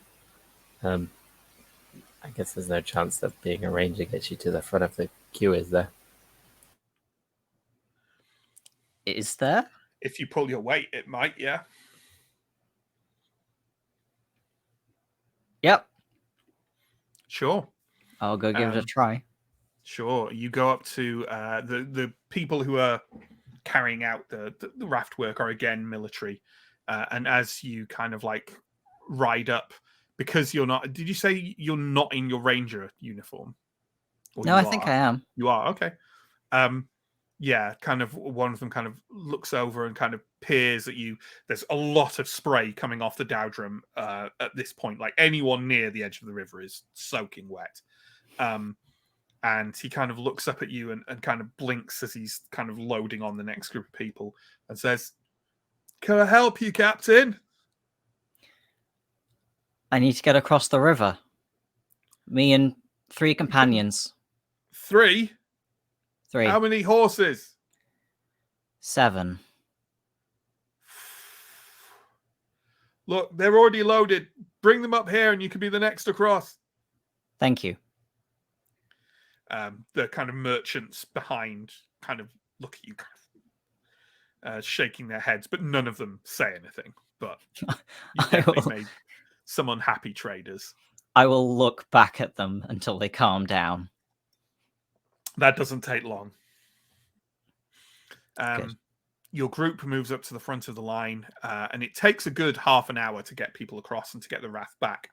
But after that, they load you up, and that is literally just the raft is pushed to the shore. So the very edge of it kind of like is almost rammed into like this soft earth that has these massive indentations in it from where the raft has been pushed into the shore before. The first thing they do is lead the horses on. And basically, the raftsmen who kind of come off it, all of which are in kind of like army uniforms with kind of like slickers over the top of them, kind of like oil skins that they're draped in, and they are just, one of them has a beard that's literally kind of like constantly dripping water. And they lead the horses on. They do this without any kind of like, they just grab your horses and start to lead them on the raft. They definitely don't ask you for help or ask you to try and do it. Are we just letting them take the horses? I'm assuming. I will, yeah. Okay. And they do that, and they do that very competently. The raftsman you originally spoke to, Lindra, kind of does a quick sort of head count and says, we can take you across for free, Captain, obviously, but the others will have to pay. It's an Orteg each, man or horse. Helps fund the bridgehead, you see. Orders of the Duke. No complaints here. I'll fish out the required money. I think that's 9 Ortegs. Which isn't that much. I know he said I can go over for free, but I will hand him 4 Ortegs for me and for the 4 horses I am responsible for. Right. Sure. And then everyone else just 2 Ortegs, I take it. Yeah. Makes sense. So after your horses are on board and they're kind of all gathered in the middle of the raft, and a number of the raftsmen are kind of stood around them, you can see a couple of them kind of like holding the horses in a very practiced military way of like having their hand literally wrapped up in the bridle, and like their fist is like against the horse's chin, like that, against their jaw, kind of holding them still. And Rebrio is an experienced like horseman, like that can work, depending on the training of the horse. Okay. River will make his way. He's going to let the people do what they do, but he's going to be towards the horses just in case anything goes wrong. Sure. So the four of you also get on the raft, and even though the size of it, and even though it's pushed up against the shore, it's still kind of bucking significantly as you get on it. And by the time you go over near the center of it, it's less so because you feel it less at the center, but it's still, you feel like you're on a boat when you're on a massive raft that's half ashore. So, yeah. And by this point, you're all drenched.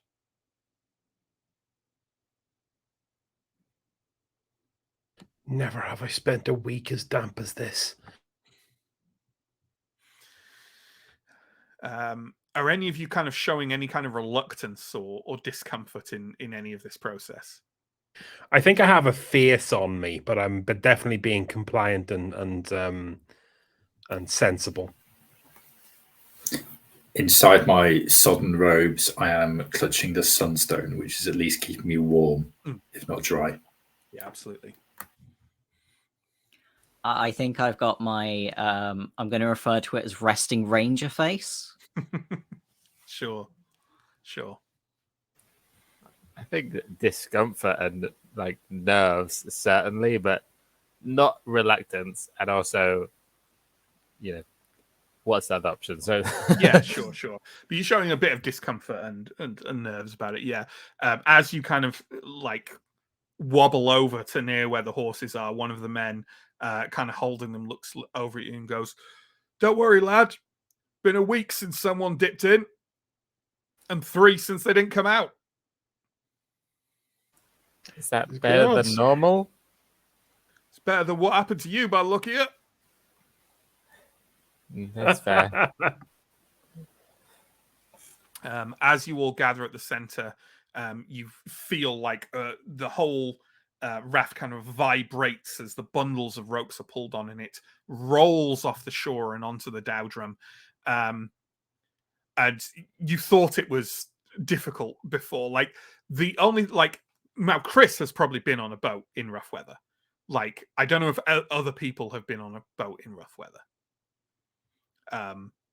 But honestly, for people who've led a less adventurous life, the thing I would compare it to most is trying to stand up straight on a trampoline or a bouncy castle while other people are using it for the intended purpose.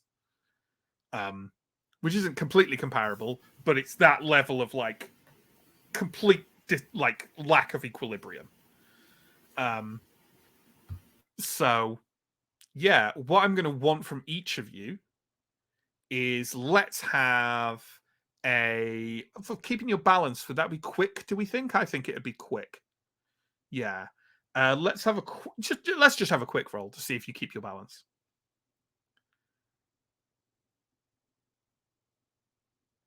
Oh, calm eye.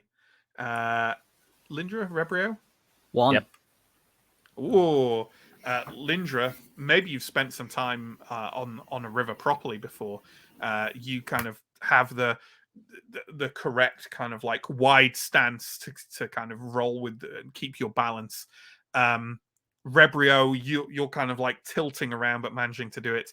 Anton, shortly after like kind of pushing off from shore, you skid and sort of slam your hip into the wood underneath you of the ground of it. Are you going to try and get back up, or are you just going to kind of stay here, bracing yourself against the wood? Yeah, maybe. I think I'll just be resigned to not being able to weather this.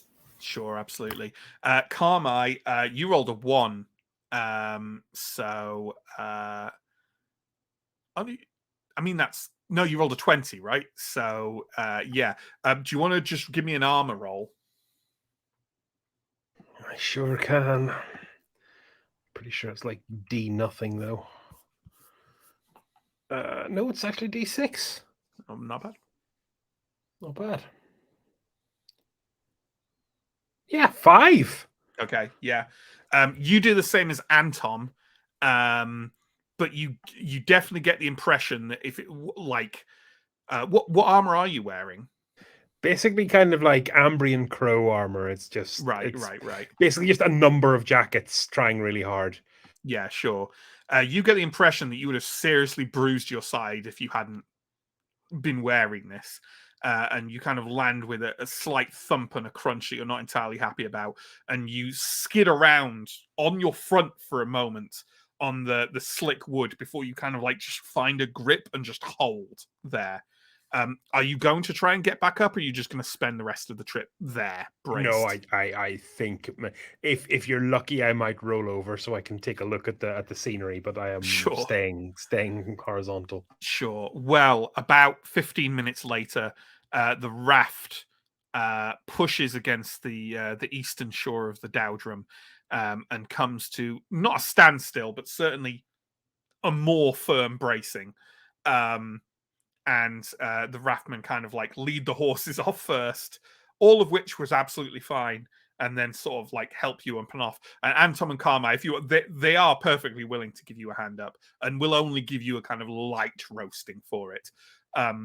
It's definitely not the situation where someone falls over and kind of the people who do this journey go, ha ha ha. You suspect they see people fall over all the time. It's not an easy trip. I think I will resolutely refuse the hand up and struggle bust my way on shore. Sure. I'll take the help. I'm an older man. Sure. And as you do so, one of the rastmen, she kind of like picks you up and pats you on the back and says, "You're all right, father. Off you go." You two okay? It didn't. God, that was rough. Yeah, I want to emphasize that Carmine's falling over was proper, like, sort of, viral TikTok video. Like, proper bit of face planting. Still got all your teeth, Carmine? And then left in the river? Look, it can keep them. Let's go somewhere else. Oh my God. Do you remember roofs? I remember roofs. Let's find somewhere with a roof. So... you kind of gather yourselves up, wring yourselves out a bit, and start traveling to the south. You're not the only ones either. There are quite a few people traveling to the south, some from the raft, some from the camp on this side, but others from where the road travels further north along this side of the Dowdrum.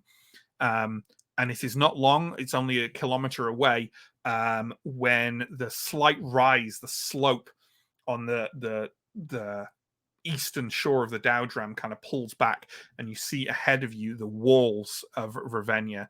And Ravenna has stone walls, very large, very thick looking stone walls. It also has what looks like an extensive rambling expanse to its city beyond those walls, specifically on the kind of northern side of the walls. You see a real expanse of wooden buildings, tents, people, fire pits, kind of other buildings that clearly are not housing but have purposes. You see taverns, you see artisans, you see marketplaces, kind of not a central one, but like just little ones scattered around. There are a couple of things to note about this expanse of to the city, this sort of area beyond it. First, and I'll say this for Anton, in a way, it reminds you of a far better version of Blackmoor, in that it is rambling. Clearly, no one has planned kind of the pathways and the streets around it, and it's all sort of just fallen there as people have arrived. But it also seems, while a bit muddy, relatively clean. The people don't seem to be in poverty, and in fact you can hear a lot of happy voices, some singing, and you also get the wash of smells of lots of different kinds of food coming across you, but especially kind of grilled spiced meat, which makes all of you salivate. It smells better than anything you've eaten in weeks at this point. The second thing that all of you notice is that while there are Ambrians dotted around here and there, the vast majority of the people in this sort of expanse to Ravenna are clan folk.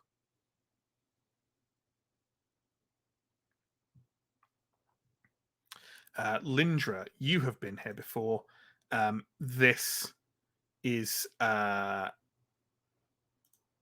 you're very familiar with what this is. If I can actually find the bloody thing in the thing.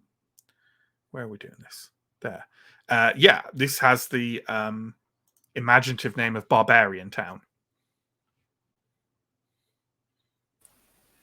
I think Right. Robert will ask, is this Ravenna? It's a district of it. Ravenna is we probably want is further on a bit. Ravenna has a reputation across Ambria for having unwholesome tolerance for the folk of the forest. As you pass further, more of those smells kind of come across your path. You can also see that there seems to be some kind of maybe festival going on, where there's like small parades through the streets. People are drinking and carousing outside of taverns, and you see a number of clan Vajvod barbarians carrying out what has actually passed through to other parts of Ambria because of its grandiose display. They have a custom known as stilt dancing, where they're basically up on these tall stilts and lifting their legs to arc across in front of them in great sort of synchronized displays, while dressed in kind of like brightly colored, vivid, often dark kind of blues and purples. And you see a group of Vajvod doing this up on the rise of Barbarian Town as you kind of travel closer to Ravenna.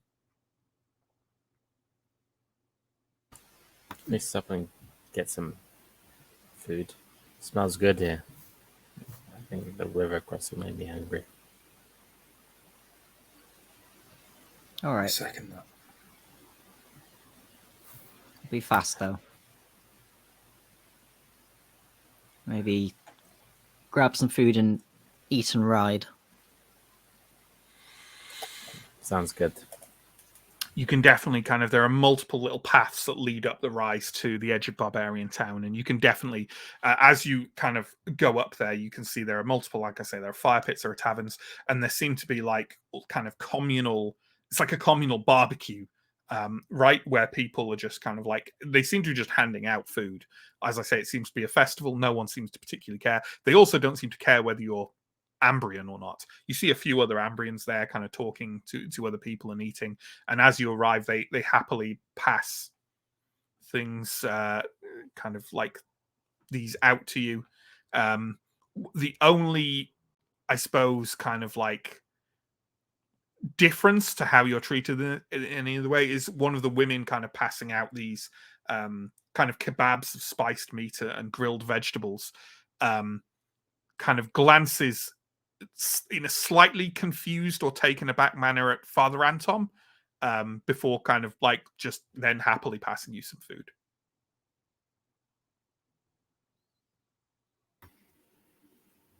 Okay. Anton is not unused to those kind of weird looks from various travels up north. Absolutely. The food is excellent. Carmine didn't get anything, but is looking very jealous right now on his pony. Did Carmine not get anything? No, he's just kind of wanted to get a move on, really. Oh, well, He seems a bit uncomfortable with the whole situation.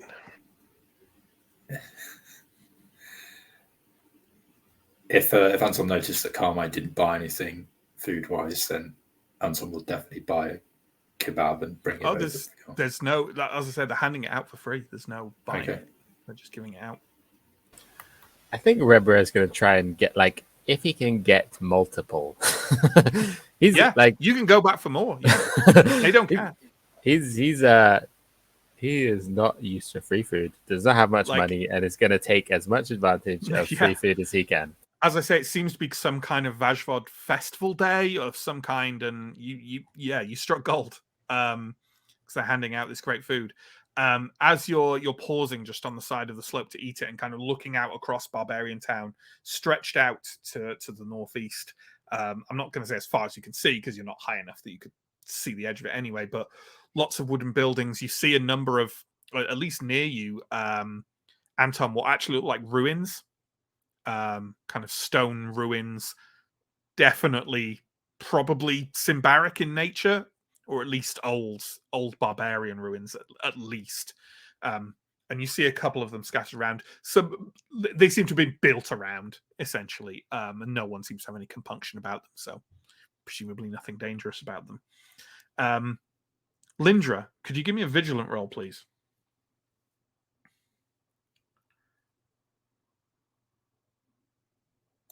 That was another one. You're kind of quite comfortably eating this mouthful of grilled spiced meat, where from the road, which isn't too far from where you are, and you can definitely see it, it's only like, maybe 20 feet down the slope. Captain Lindra? I'll turn and look. There is a ranger who you vaguely recognize, kind of down on the road. He's looking surprised and very pleased. I'll raise a hand in greeting and wave him over. You just saved me about over a week's round trip, Captain. He kind of like dashes up the slope to where you are. Orders for you by name. Thank you. Have you come here from Castor? Yes. I'm sorry. You're going back that way.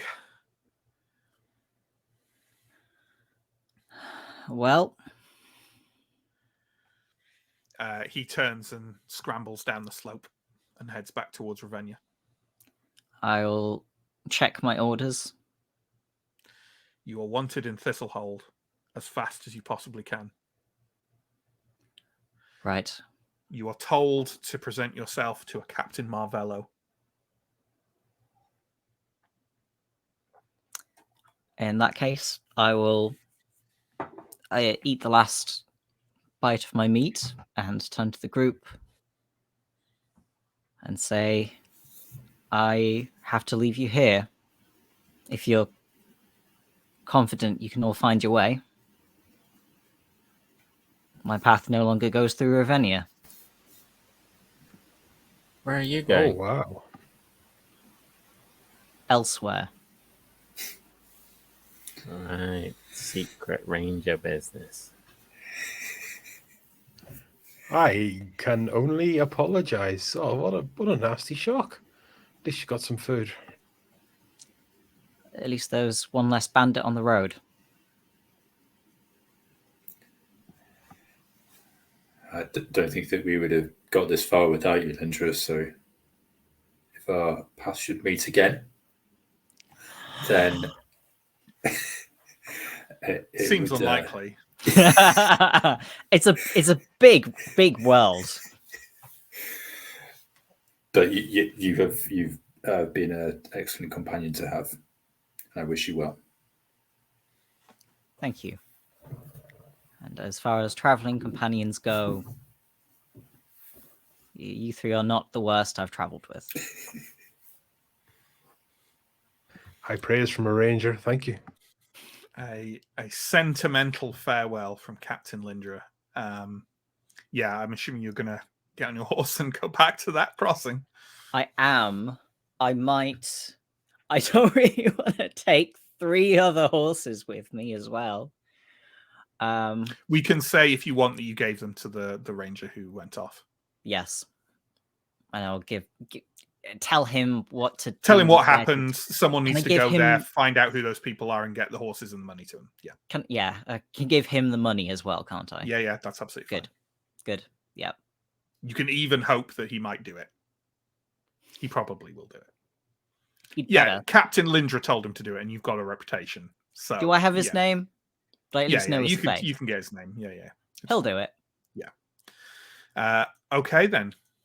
Lindra mounts a horse and on towards Thistlehold, and then where else? Who knows? There's no way Actually, of we telling. all know, in fairness. Don't ruin my sarcasm. So, we'll wave goodbye to John for the session there. So, the three of you onwards towards Ravenna at this point. Okay. Yeah. You head back towards the river briefly, and then travel to the southeast up to those impressive large stone walls of Ravenna. The guards there don't seem to have kind of a huge amount of interest in you. They definitely glance over you as you kind of make your way in, but the gates are open. No one is being kind of stopped and, questioned. And notably, at least one in every few people is clan folk. Quite unusual in an Ambrian city for barbarians to just kind of come and go as they please within the walls. Thistlehold is also a place where that happens, but Thistlehold is also not like most Ambrian places. You pass through the stone walls and into what is known as the north town of Ravenna. And the buildings between the outer and the inner walls, because ahead of you see that there is like a large sloped rise to the southeast part of the city where another set of slightly less large and thick stone walls stand, kind of carving out an area on a rise to the southeast of the city. Or really to the east of the city, if we're getting really geographical about it, but from your perspective. But the buildings between the outer and the inner walls are very similar to those in other Ambrian cities. Houses where the lowest stories are made of stone with one or two wooden ones stacked atop, often with bay windows or balconies casting shadows over the district's narrow streets. Looking over towards the kind of the western side of the city from where you are, you can see storage buildings lining the riverbank. You'd imagine that most of the goods passing through the city are headed for Indaros or Agrella. This is like the Dowdram in general and Ravenna are really on the kind of the vital trade arteries of one of the vital trade arteries of Ambria. So it's bustling. It's very busy indeed, as is the city. Have you got any notion of where you want to go or where you want to... I mean, Anton, you know where you're going. You can take quite a guess of where the Duke might be. Yeah, we'll head to the inner walls and through there, and I guess in there it'll be fairly obvious. The biggest place or whatever. Yeah, exactly. Rebrio and Carmine, are you going with Anton for now? I think for now, but maybe when we get to the inner walls, Rebrio would ask the guards, like, "Where's the Automatica?" Sure, yeah. I think I'm in the nosy situation right now. I want to see how far the priest goes. Absolutely. But I'm not going to impose. I'll slink off at an opportune moment. Sure. So as you travel through the north town of Ravenna, you travel through a large oval plaza, which is called the Oval Plaza. There's a market held around a large statue of a small boy in full armor, his sword raised in a victory gesture and his face turned towards the heavens of Prios. The plaza is surrounded by taverns and gambling dens, except for the southwestern side, which is dominated by a great sun temple. which in its build and in its size is very comparable to the one in Thistlehold. You pass through what seems to be an artisan district and then through some winding streets, sort of much more planned than Barbarian Town and much cleaner, but still with some sense of, you get the impression that people just settled here and went, well, we'll put a building here and then here, and none of this was particularly planned. It only takes a short while, maybe 10 or 15 minutes or so, before you find yourself looking at the lower but still quite impressive stone walls around this kind of central slope raised area of Ravenna. And you can see that the gates to this stone wall are closed and there are guards at them. So definitely not immediately available passage, but presumably the guards can be spoken to. That is very much my intention, to go through those gates.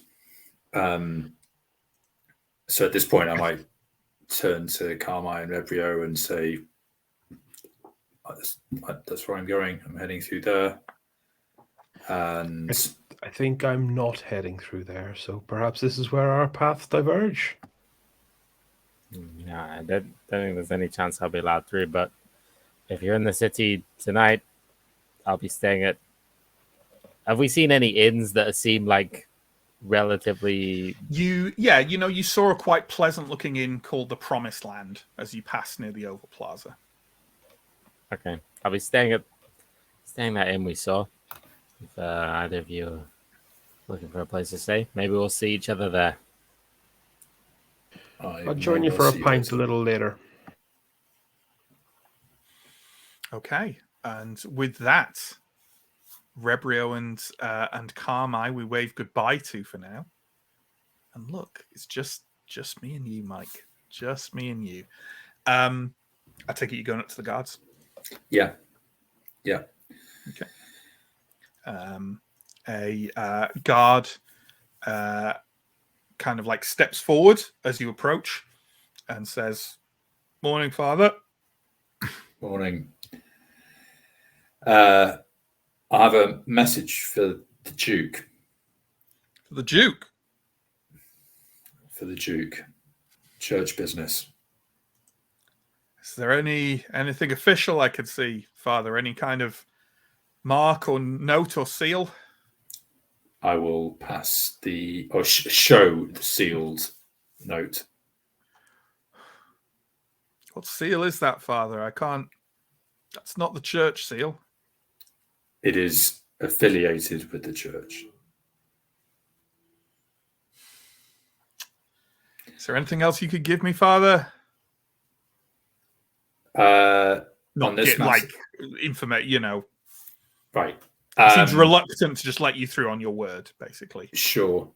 It is a seal of someone high up within the church, much higher than myself. Oh, and at this point,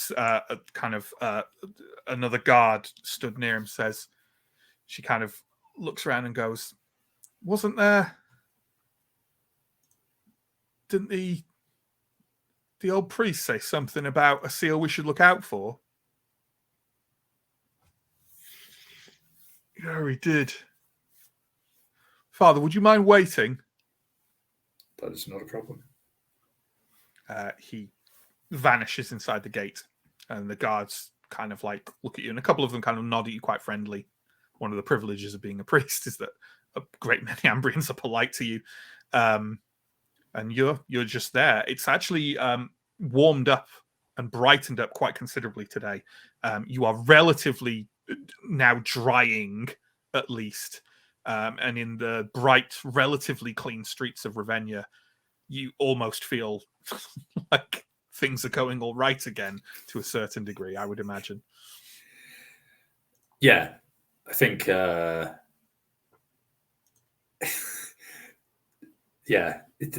journey has got better as it's gone on. Absolutely. And you're stood there for probably about 15 minutes before the gates crack open again. And the guard comes out with another priest, a man maybe a few years older than yourself. With he sort of has, hair that looks like a tonsure, even though Theoxaprios don't grow, but he's heavily balding in the center of his head. Relatively clean shaven, quite cleanly presented, and very calm and serene looking. And he strides forward a few steps and kind of looks around a bit. And he definitely comes over to you a bit away from the gate rather than bringing you over to him. Are you still on your horse, or are you on your foot kind of leading your horse? Probably glad to be out of the horse now, I imagine. Out of the horse, Yeah. And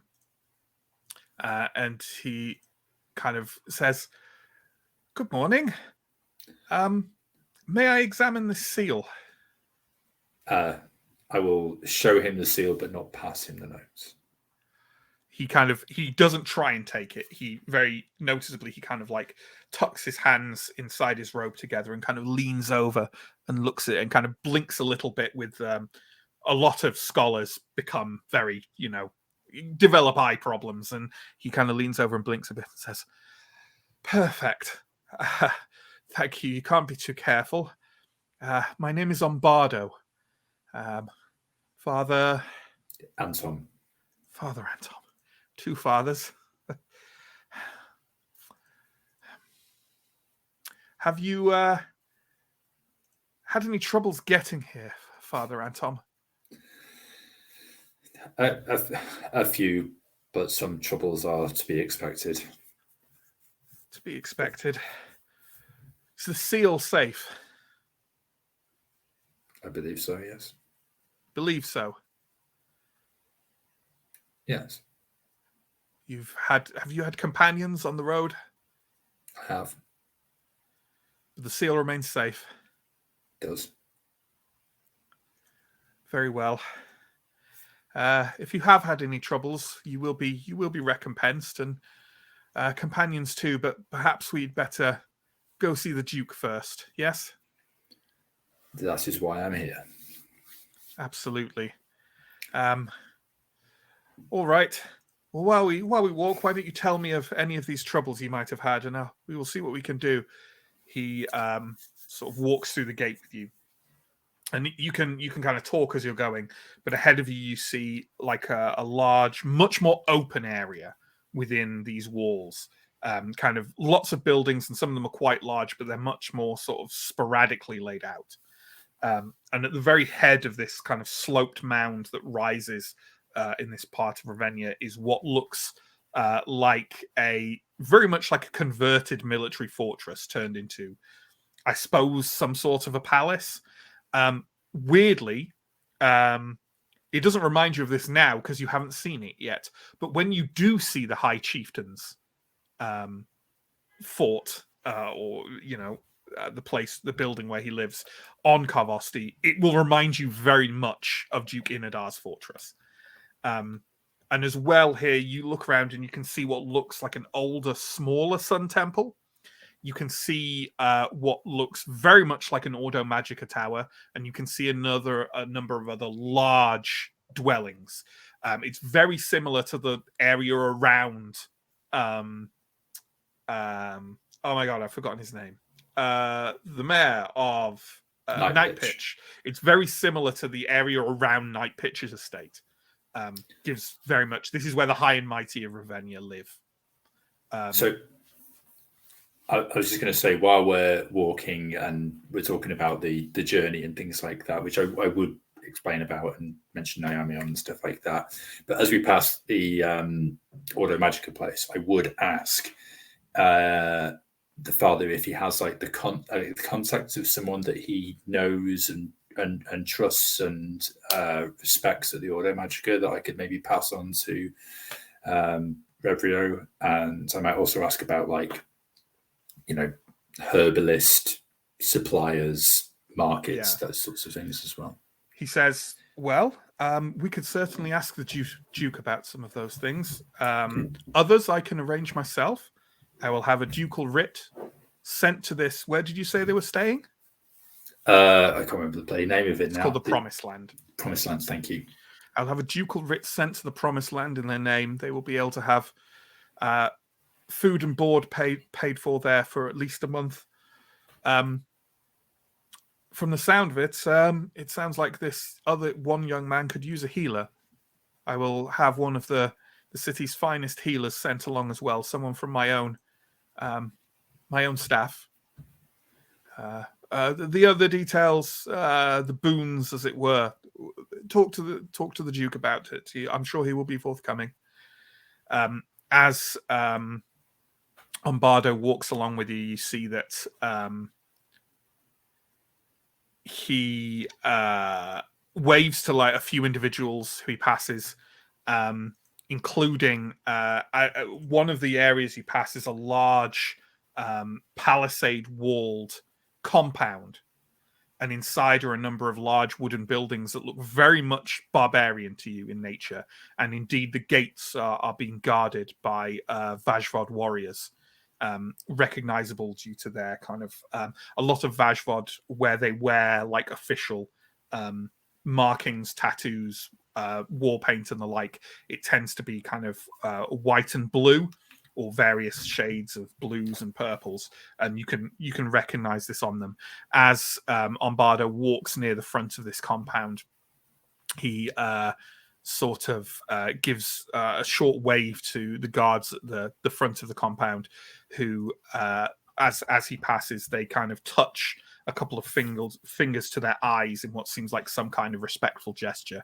In fact, if you can give me a vigilant roll, I'll give you some extra information on this procession to this area.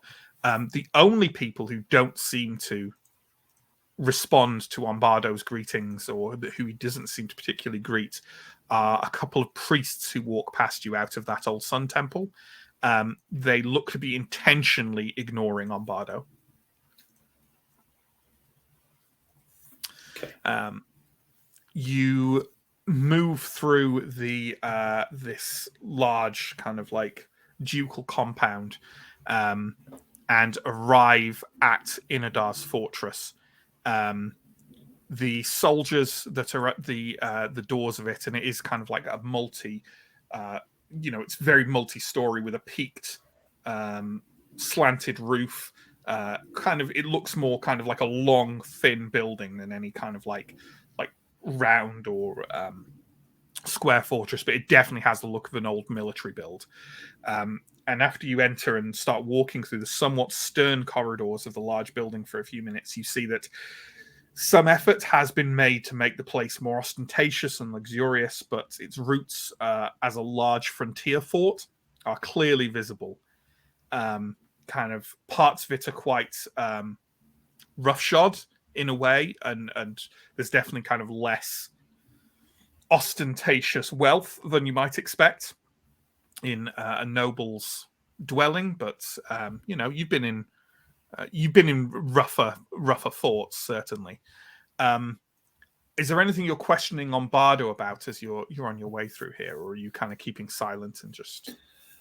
I might see if I can sort of do like a proxy contacts, like kind of check to see if he knows of anyone else who I might know in Revelia in the Sun Church. Okay. Give me a cunning roll, and I'll give you what you probably don't know that much about Ravenia's Sun Church, but yeah, it turns out I know absolutely fuck all because I rolled 19. You haven't heard of this guy. You haven't heard of you simply don't know. Okay. After walking through these corridors for a few minutes, you reach an antechamber with many tapestries on the wall. Some are simple depictions of the heraldry of New Berator and its many counties and baronies. Others have a focus on some barbarian and Ambrian life. Give me a cunning roll at +5, please.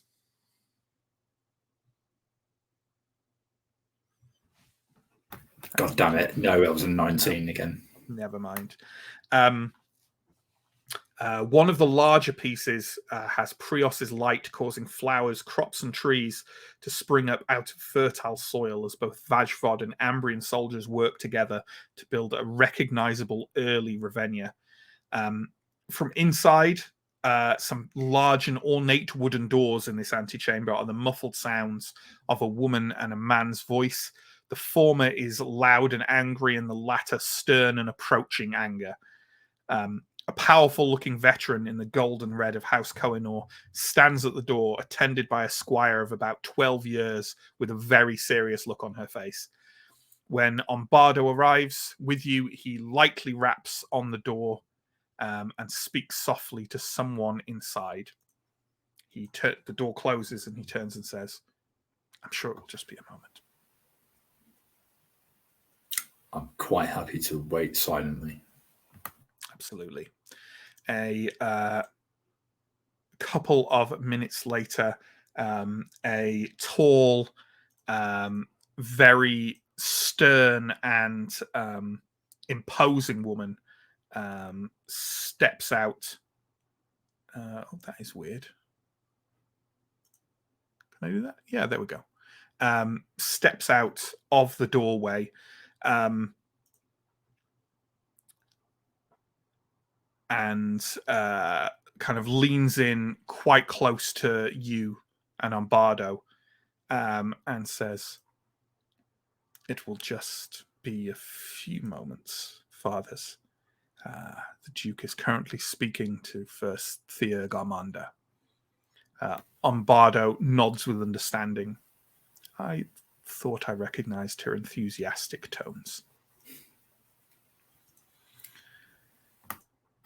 That's a bit better. There we go.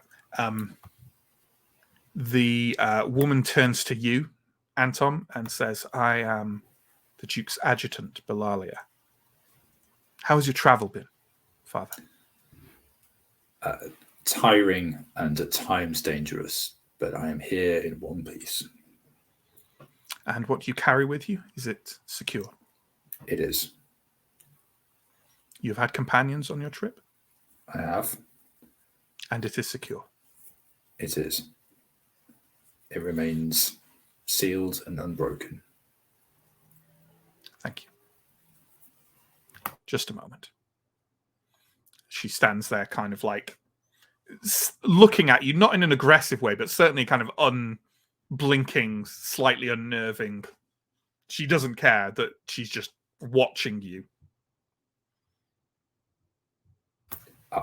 I'm happy to meet her gaze for a while before looking away, looking at something else. Sure. There are the tapestries. You can take a look at those.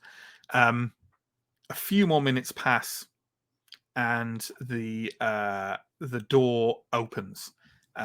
First, the Armanda emerges, a tall, powerful-looking woman, muscular where the adjutant is lean, but they both have a kind of certainly have a military cast to the way they stand. Armanda is kind of has a couple of very noticeable scars down one side of her face from combat.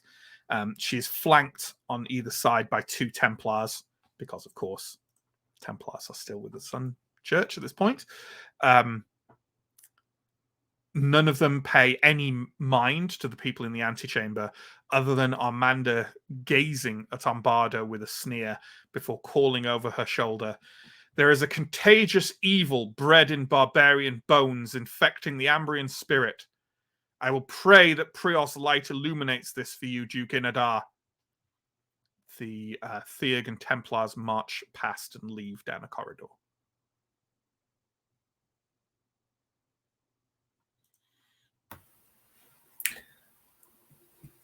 Great. Anton loves politics. You see Bellalia step into the room for a second, and you hear her ask if the Duke needs a moment. She specifically says, "Do you need a moment before entertaining a faithful messenger?" There is a pause, and then you hear a man's voice, the man who sounded like they were trying to contain their temper, calling that the faithful could lift his mood. Ombardo and Bellalia kind of gesture for you to head in. I will do that, and I will try to, if I haven't already done this, I will try to straighten my robes and look as presentable as I can. Absolutely. While as a member of the Sun clergy, by the way, you wouldn't necessarily be expected to pay like a physical obeisance to even a royal. Duke Inadar, he is a Kohinoor. Respectful, certainly, but there's an amount of like you bow to Prios, right? So there's a certain amount of the throne room has the same military austerity as most of the fort, but with a particularly lush rug of clan folk design occupying the center of the room. A few wide wooden steps lead up to a very low dais on which is placed a fairly small and simple wooden throne from which Inadar steps down to grasp your forearm in greeting with, it has to be said, very little in the way of formality. The first thing that strikes you about Duke Inadar, you knew he was young. He's really very young. He's in his early 20s at the absolute most. And you suddenly have a hunch who the young boy in the armor in the Oval Plaza was on the statue. He has a very, it has to be said, kind of plain face. He looks like he could be a farm boy. And as he steps down in very well made but relatively plain clothing, he seems genuinely quite warm and pleased to see you as he grasps your forearm. Because I think we've described the Ambrian handshake before as a kind of forearm grasp, right? Yeah. He kind of places a hand on your shoulder and says, "Father, welcome. We've been waiting for you." Also present are 3 more bodyguards and squires, and someone sat sullenly in a corner. An older woman, dressed very much in the garb. And you know what? Give me a cunning roll at +3 here, because I could give you more. I definitely could give you more details. Yeah, that's she is a carrot witch. Okay. And she sat in the corner sullenly. Clearly quite unhappy. Duke Inadar says, before I ask you any further questions about your travels, please refresh yourself while I clear the room for our meeting. You look around and see that by kind of near where a window looks out across the courtyard of the fortress, there is a large kind of side table. There's a big shallow bowl of fresh water with a towel It's a next to buffet. it. It's a buffet. Yeah, that's fine. I will get onto the food that is there, but if buffets in your world are bowls of water with towels, then all I can say is, Mike, you've been going to the wrong buffets. There's this bowl of fresh water to clean your hands and your face. There are bowls of fresh fruit and vegetables, along with some sliced breads and cheeses. As you turn towards it, are you going to get some food or wash yourself or both? Or yeah, I may not have too much food because we've just eaten, but like I'll absolutely wash my face and dry my face. Yeah, you probably look and maybe smell quite distinctively. I did shower. Bathed. You did bathe, but you have since been drenched in rain and river water and mud and these things. So, and you haven't washed your clothes, which is probably where most of the smell is. As you do this, Inadar himself plucks a pear from a bowl and speaks softly to the witch and the guards, who remove themselves from the room and close the doors behind them, leaving you in the company of the Duke, Father Umbardo, and the adjutant, Bilalia. Inadar kind of goes over to like the dais and sort of sits down on it and eats the pear. He's waiting for you to finish refreshing yourself. He isn't rushing you. Okay. Well, I'm not spending ages having my fill of food, so I will just go over to him and I will just pass him the note, seal facing him. He takes it from you and kind of glances at the seal, looks up at yourself, Umbardo, and Bilalia, and says, "Safety assured, yes?" It is. Umbardo and Balalia nod. Balalia adds, as far as we can tell. Very well. He cracks open the seal, which he reads carefully but quickly. It doesn't seem to be a terribly long message. Are you particularly observing him as he reads it? Yeah, absolutely. I've just Yes. risked life in limb and travelled for 10 days or whatever it was. Well, you know what? Give me a vigilant roll. Yeah. Okay. As he reads the letter, he seems for a moment concerned and then resolute. After he has read it once, he stands up, looks out of the window to the grounds below, and then reads it a second time. He then passes it to Umbardo, who scrutinizes it carefully. The Duke turns to you. Father, I thank you for your service to House Kohinoor and the faithful of Prios. Now, please, tell me of your journey, of any travails you have undergone. I'm assuming you're going to tell him the same as you have with the others, the truth of everything that's happened. Yeah, absolutely. He nods and kind of listens as the subject of the banditry on the road is mentioned. He frowns in concern, turns to the adjutant and says, Gadramai has once again been slovenly in his duties. Could you roll cunning for me, please? Yeah, make it. He's almost certainly referring to Duke Gadramai of Seragon. He asks the adjutant to send a missive querying the activity. He confirms, as Umbardo said, that he will send a ducal writ for accommodation to your companions. He also says that the Carmai's goods will be purchased in total, and if he wants, he will be given a commission for local gathering of herbs and sale to the institutions of the city. And he also says that Rebrio will be granted a letter of recommendation from him to Ravenia's branch of the Ordo Magica. I will make sure to mention Captain Linder as well, of course.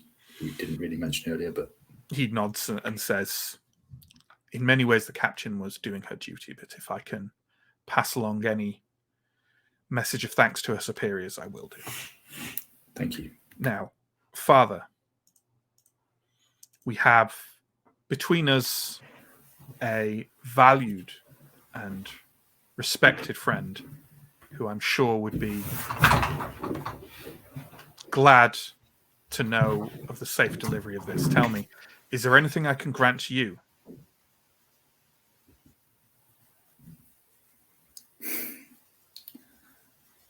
I just wish for safe passage back to Thistlehold. Then it will be yours. There are certain methods available to men of my standing.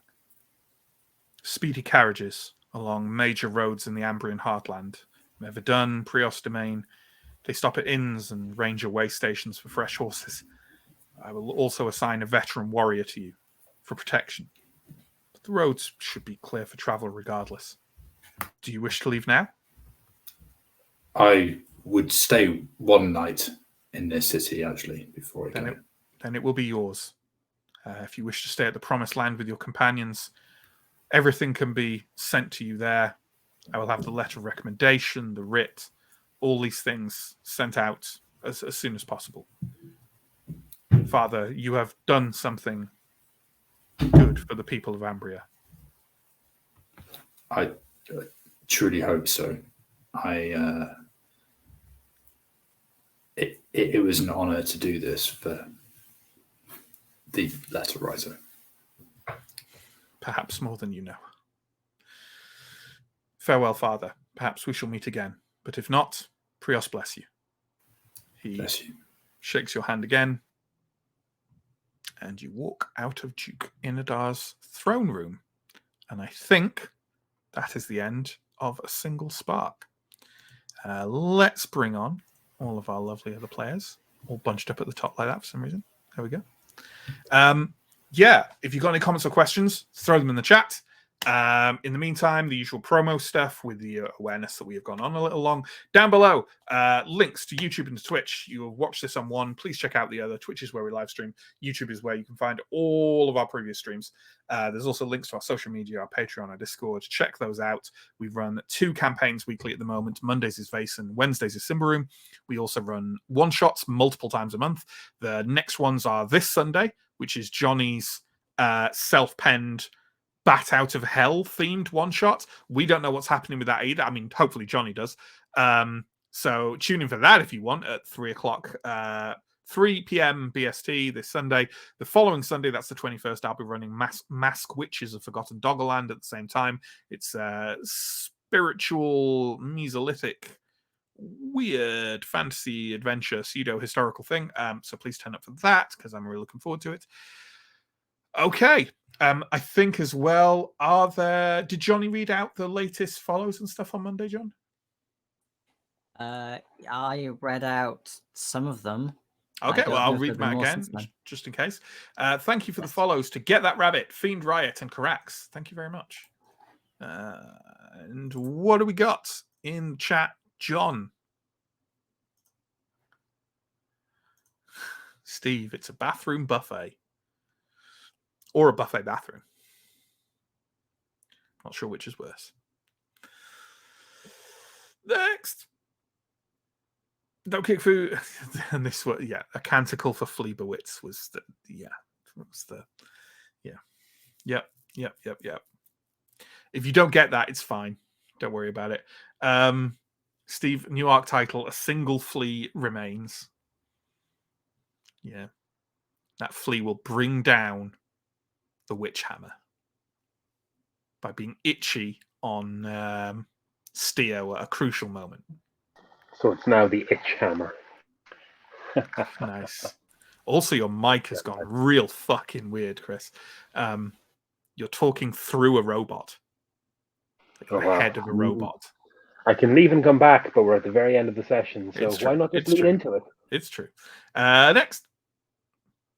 42, roll for water serpent. Yeah, that was when you went bathing in the tarn. I thought that was going to be the... Go on. No, I thought you were talking about when I rolled the 20 on the raft. I thought, oh well, there goes my throwaway character. No, I think that was when Anton went bathing. Yeah. No, there was quite enough combat, I think, in the last session. And technically, Anton does know the Elvish word for friend. Yeah, technically, yeah. Which in this universe is grapefruit. Next. That one landed. I'm glad about that. Steve, perhaps you could train the fleas to act as a companion. Yeah. Inflict them on your worst enemies. Use them against the throwing spiders. That's what messes up all of Anton's rolls, the fleas. Yeah. Has he had fleas this entire time? This entire time. Oh, God, he's going to be unstoppable. Yeah. Next. After the amount of shit that Anton's been through, how hard are these fucking fleas? At least as hard as Anton. Ambrium fleas are hardcore, man. So anyway, yeah, that was a single spark. I think that's only the second fully matte penned thing we've done in Symbaroum, with the other one being Fetters of Stone, which was a complete spin-off. There were elements of this, though, interestingly. If people people who are familiar with the Symbaroum books will already know this. Mal Rogan is actually in the very first prologue story that's in the core book, but I wrote it out when I adapted it to our prologue. So, and the Sunstone are both in it, so they were in there as a little thing. And then lo and behold, that's a story called The Promised Land. And the fact that the inn is called The Promised Land, that's not even a clever Matt callback. That's in the book as well. But I picked it out because it was a clever thing. So, yeah, there we go. That's fun.